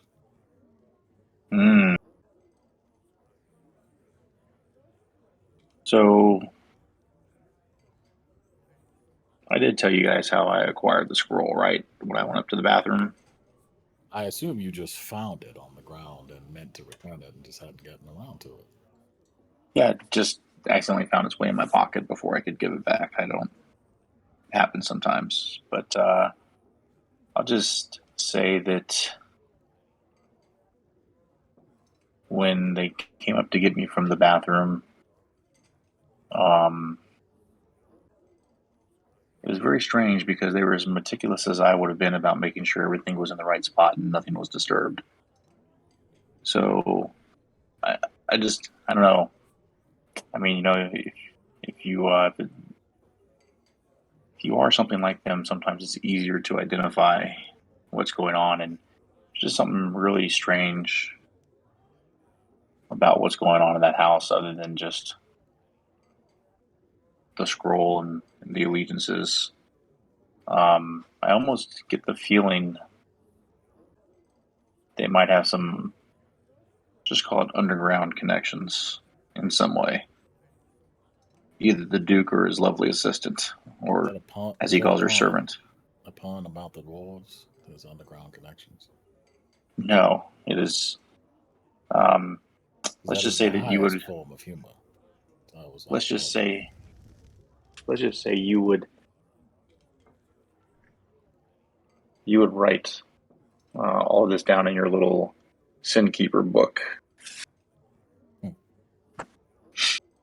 So it's kind of how ways things are handled when you don't want people to know about it. But I don't know. There's just something strikes me as weird because you guys have probably been able to tell, or maybe not. Maybe I haven't been that good, but generally pretty good at what I do and not leaving a trail.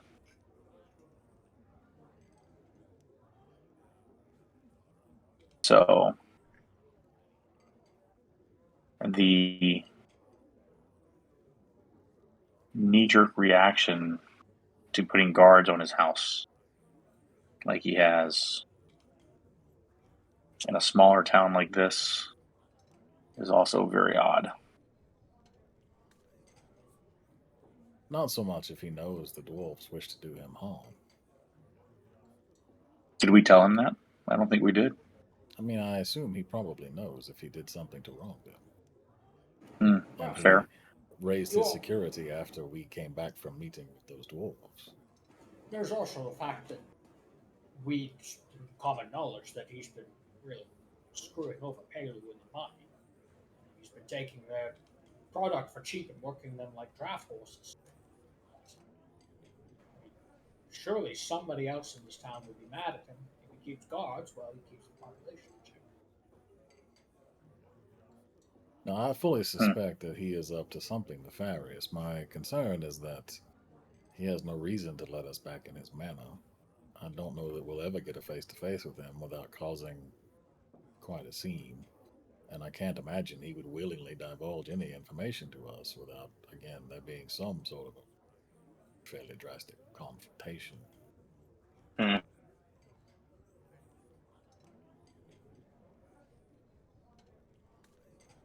Maybe you're right. Maybe you're right. But hopefully Palu has some sort of information that we can use to better make a decision on how to proceed.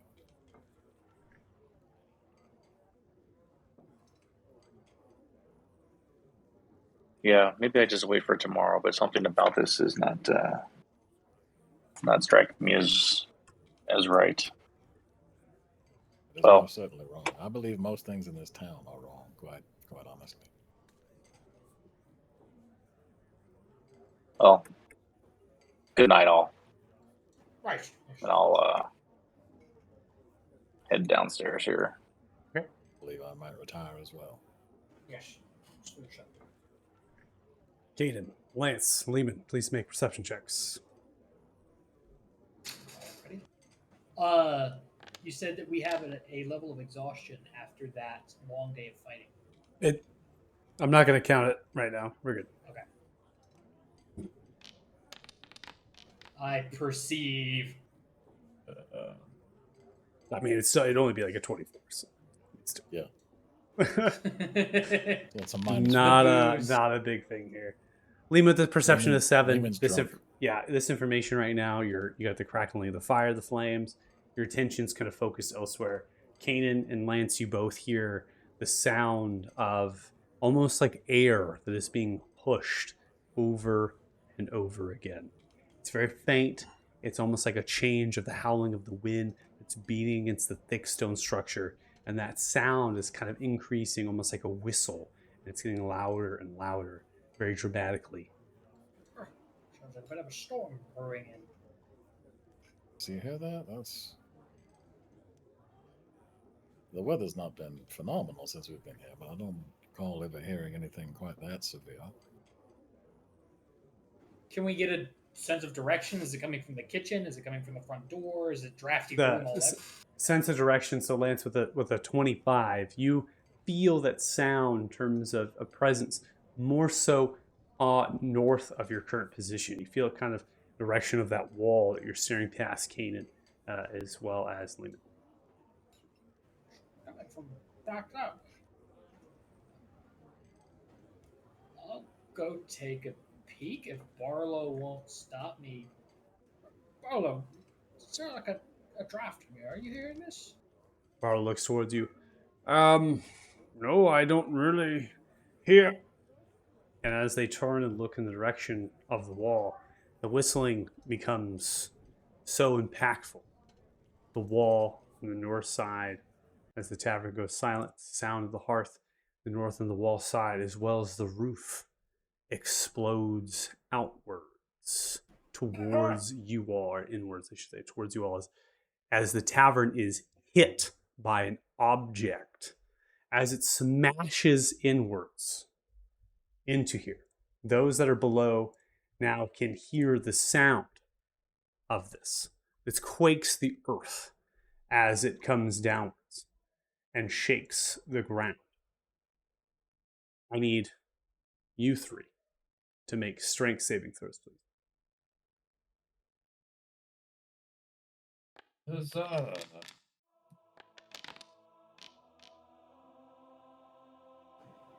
Haha! Now going to begin to terraform the tavern.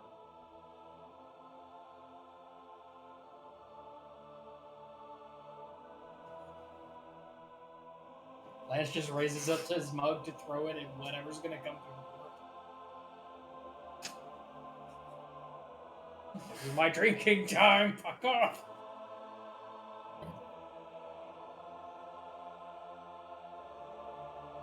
Ah, piss. That is what we in the business call a problem. Hello there. So, Lehman, you are prone. Hayden, you are prone. Lance, you are not prone. The damage taken is also reduced to a dramatic level for some of you, as the crushing and the dramaticness of the bludgeoning damage comes through. Lehman, you are knocked unconscious, immediately taking 37 points of bludgeoning damage as the wall and the rooftop comes crashing down over top of you. Knocked unconscious, you're prone underneath the piles of rubble and of the wooden table. Kaden, you take 37 points as bits of the stone and the thrashingness just throws itself out towards you with rock and debris and rubble. Lance, you're able to half that as you dive underneath the table to try to take cover from the shrapnel. The table itself is crushed, and you're but strong enough to be able to balance yourself away from some of the shifting of the rubble as it crashes down from the rooftop, and only taking 18 points of bludgeoning damage as it comes through. Barlow is going to make a save as well. I'm going to be making that right now. Barlow is at the hearth, rolls an 18 on their check, but they succumb to that damage. Huh? How did you get through the thing? Why are you here? Little ninja. Go to your mom. Cape artist. No, it's epic scene. Go. It's so epic. It's not funny. Cheeky kid. Barlow takes 18 points of bludgeoning damage and is knocked unconscious, almost near complete death. They're total hit Good pull. God. So as they're getting crushed by the debris and the different things. So as you stare, and again, below here, you can hear this. This is shaking the earth. It crushes the wall. The frost billows outwards as if a cloud almost emerged, and that fog is kind of whisked and whipped as the snow begins to come down and the wind's being pulled through. You can observe that this is a dragon. This is a white dragon with frozen and icicle-covered scales and kind of this debris of bone structures and things that emerge from it. The dragon is roughly 70 feet long with a 90-foot wingspan. The eyes are a deep mirrored blue that seem to glow with the right light. The claws and talons are long, sharp, and riddled with tiny spikes for grabbing into thick ice and burrowing. In a similar fashion are the wings, so they can use to embed into the ice cliff walls for extra supports on the mountainside of the Frostwood. The dragon itself is pulling itself upright, getting its almost as if it's negotiating because it missiled into the tavern. And it's pulling itself upright and this purple and pink cackling lightning sprouts from its nostrils of its face and its underbelly, and seems to have sustained no damage whatsoever from impaling itself into the tavern. Lehman, you're kind of out of harm's way right now. You're just under the mounts of rubble at the present moment. You're just kind of almost like Iron Man, right, with the house coming down on top of them, and you're just kind of like holding yourself there underneath the rubble. Caden, you've taken a bit of that damage, your shrapnel. Lance, you've taken a bit of that damage. So at this point, I'm going to give an opportunity, since you are kind of surprised, taken off guard, the opportunity given to you, Jax, to you, Pip, and to you, Donlin. You need to move your tokens and figure out what the hell you're doing right now. Let's go. Yeah, I actually clicked onto the main map just because I wanted to see what was going on with the terraforming, and I can't see the basement anymore. Same thing with me. I'm the only one that had any discipline here in That's this right. group. That's I'm what just you get saying. for trying Yeah. to cheat. Captain Keelion comes running out. What in the fuck? Yeah, fuck. I I'm don't going know. upstairs. Come with us. Yeah, We might Pip need would you. go upstairs too. Yeah, same. What in the hell? Oh. Damn it. As you come running upstairs here, you can see that the dragon is fixing itself, is positioning itself upright. Now, having you paused, final moments of you coming upstairs, staring in disbelief of this massive and gargantuan-sized dragon. The eyes of a mirrored blue begins to lower itself downwards and stares with frost breath as it looks from left to right. As it does, it locks eyes with one individual, and that is you, Pip. As your ring begins to aglow, the stone begins to aglow with a whitish hue, and a frost billows from it. You feel a warmth and a presence almost emanating from it, and the dragon almost has the slight sign of fear, as well as aggression. I am Ithrin, servant of Damodar. You all die. As they stare, looking from left to right, they begin to billow from their breath. Before we roll initiatives, we're going to end the session on this Good God. cliffhanger. We're gonna level Uh, again, right? Get a long rest. Time to see if how persuasive I can actually be toward a dragon. There was only like See- 35,000, slugs down there.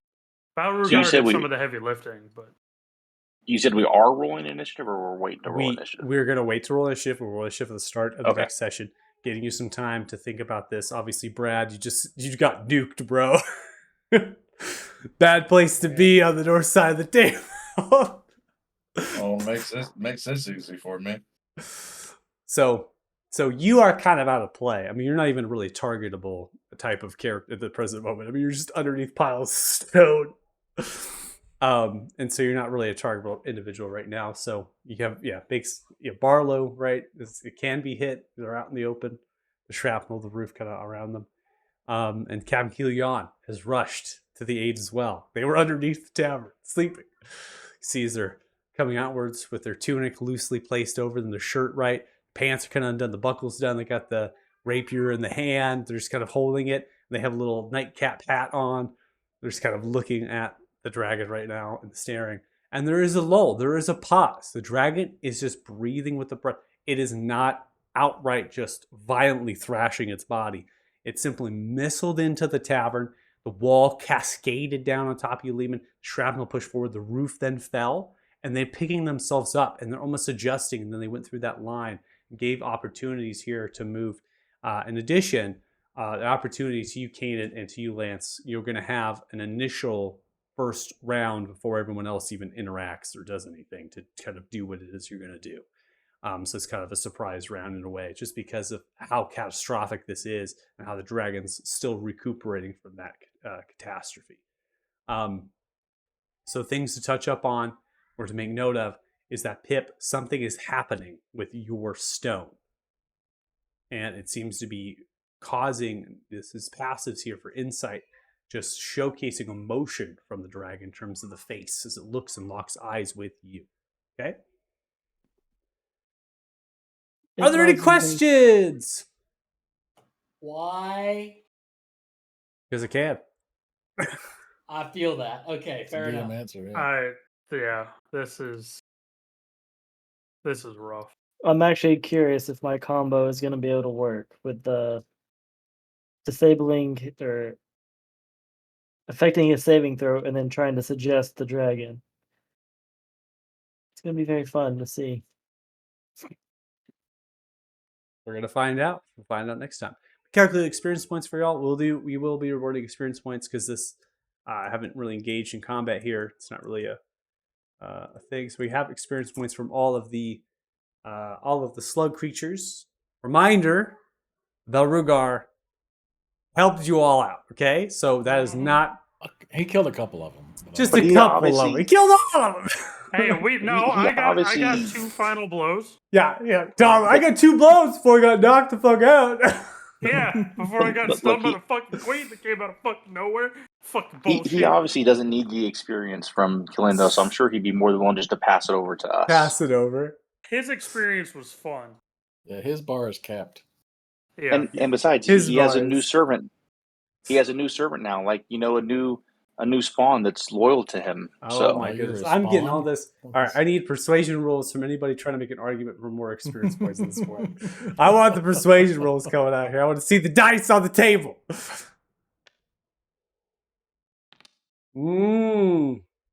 Okay. All right. Oh, 27. Oh, What there the you go. hell? let's go, Bard. And a 22. Let's go. I mean that's more I'm pretty successes than persuasive. failures. All right. Despite my record, anyway. Like I say, that puts our average at about a 18, let me 19. That's take pretty it. good. Yeah, Still Spoke really too high. soon, and I haven't Oh. rolled yet. I'm curious. That's what our above a average is. 10. I mean, you want to calculate the average? I got it. Working got it? on it right now. Alright. Just because I'm curious. That can't be right. Hold on. I'm just Yeah, what's really got a dragon. You said Yeah, man, you That's this a 17 average. Yeah, it's a 17 average. I know. I Mhm. just did it quick. You are the person, Pip. You said you Handled talked to 2 dragons. It's the Exactly. time. It's the time Exactly. to shine. Dude, if my combo Hold on. works and this pulls it off, it's gonna be pretty epic. Can we go back to Deucems having to do it probably 3 or 4 times, and Michael did it in a matter of 2 seconds to get the average for persuasion Look, rolls? man, I am tired. I'm literally, as soon as we end, I'm going to bed. Like, It's midnight Fine. for Yeah. you Yeah. guys. I mean, It's it's midnight. super Yeah, it's late. Yeah, like definitely for midnight. me, I'm a young 9 o'clock right now. I got the night. and unlike Dustin, some of us haven't just been chilling in a hotel room all week. Exactly. At least it ain't my recuperating. Thursday. Right, game. It's right. at, like 1:30 in the morning. You know what time our baseball game got done last night? Our baseball game got done at 10:45 at night, and then it was a 45-minute drive back to the hotel. It was awesome. That sounds about right. All right, so you have 2,400 experience each, but you had 9,775 experience total.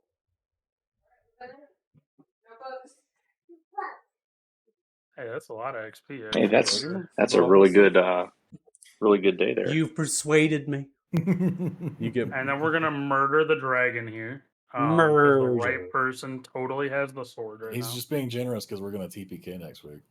I know, right? Hey, Yeah. for the You want record, more experience? Sure. Why not? Yeah. Yeah. I don't plan on attacking the dragon with this sword yet. I want Alright, to tame the so- dragon. If you're watching the stream, thanks so much. Really appreciate it. I won't keep you on any longer. Again, thanks for watching. And then next week, check us out Fridays at 5 p.m. PDT and see what happens with this dragon. See if the party survives. So, I don't know. And yeah. Have a good weekend. Bye. Bye. Bye, chat. Bye.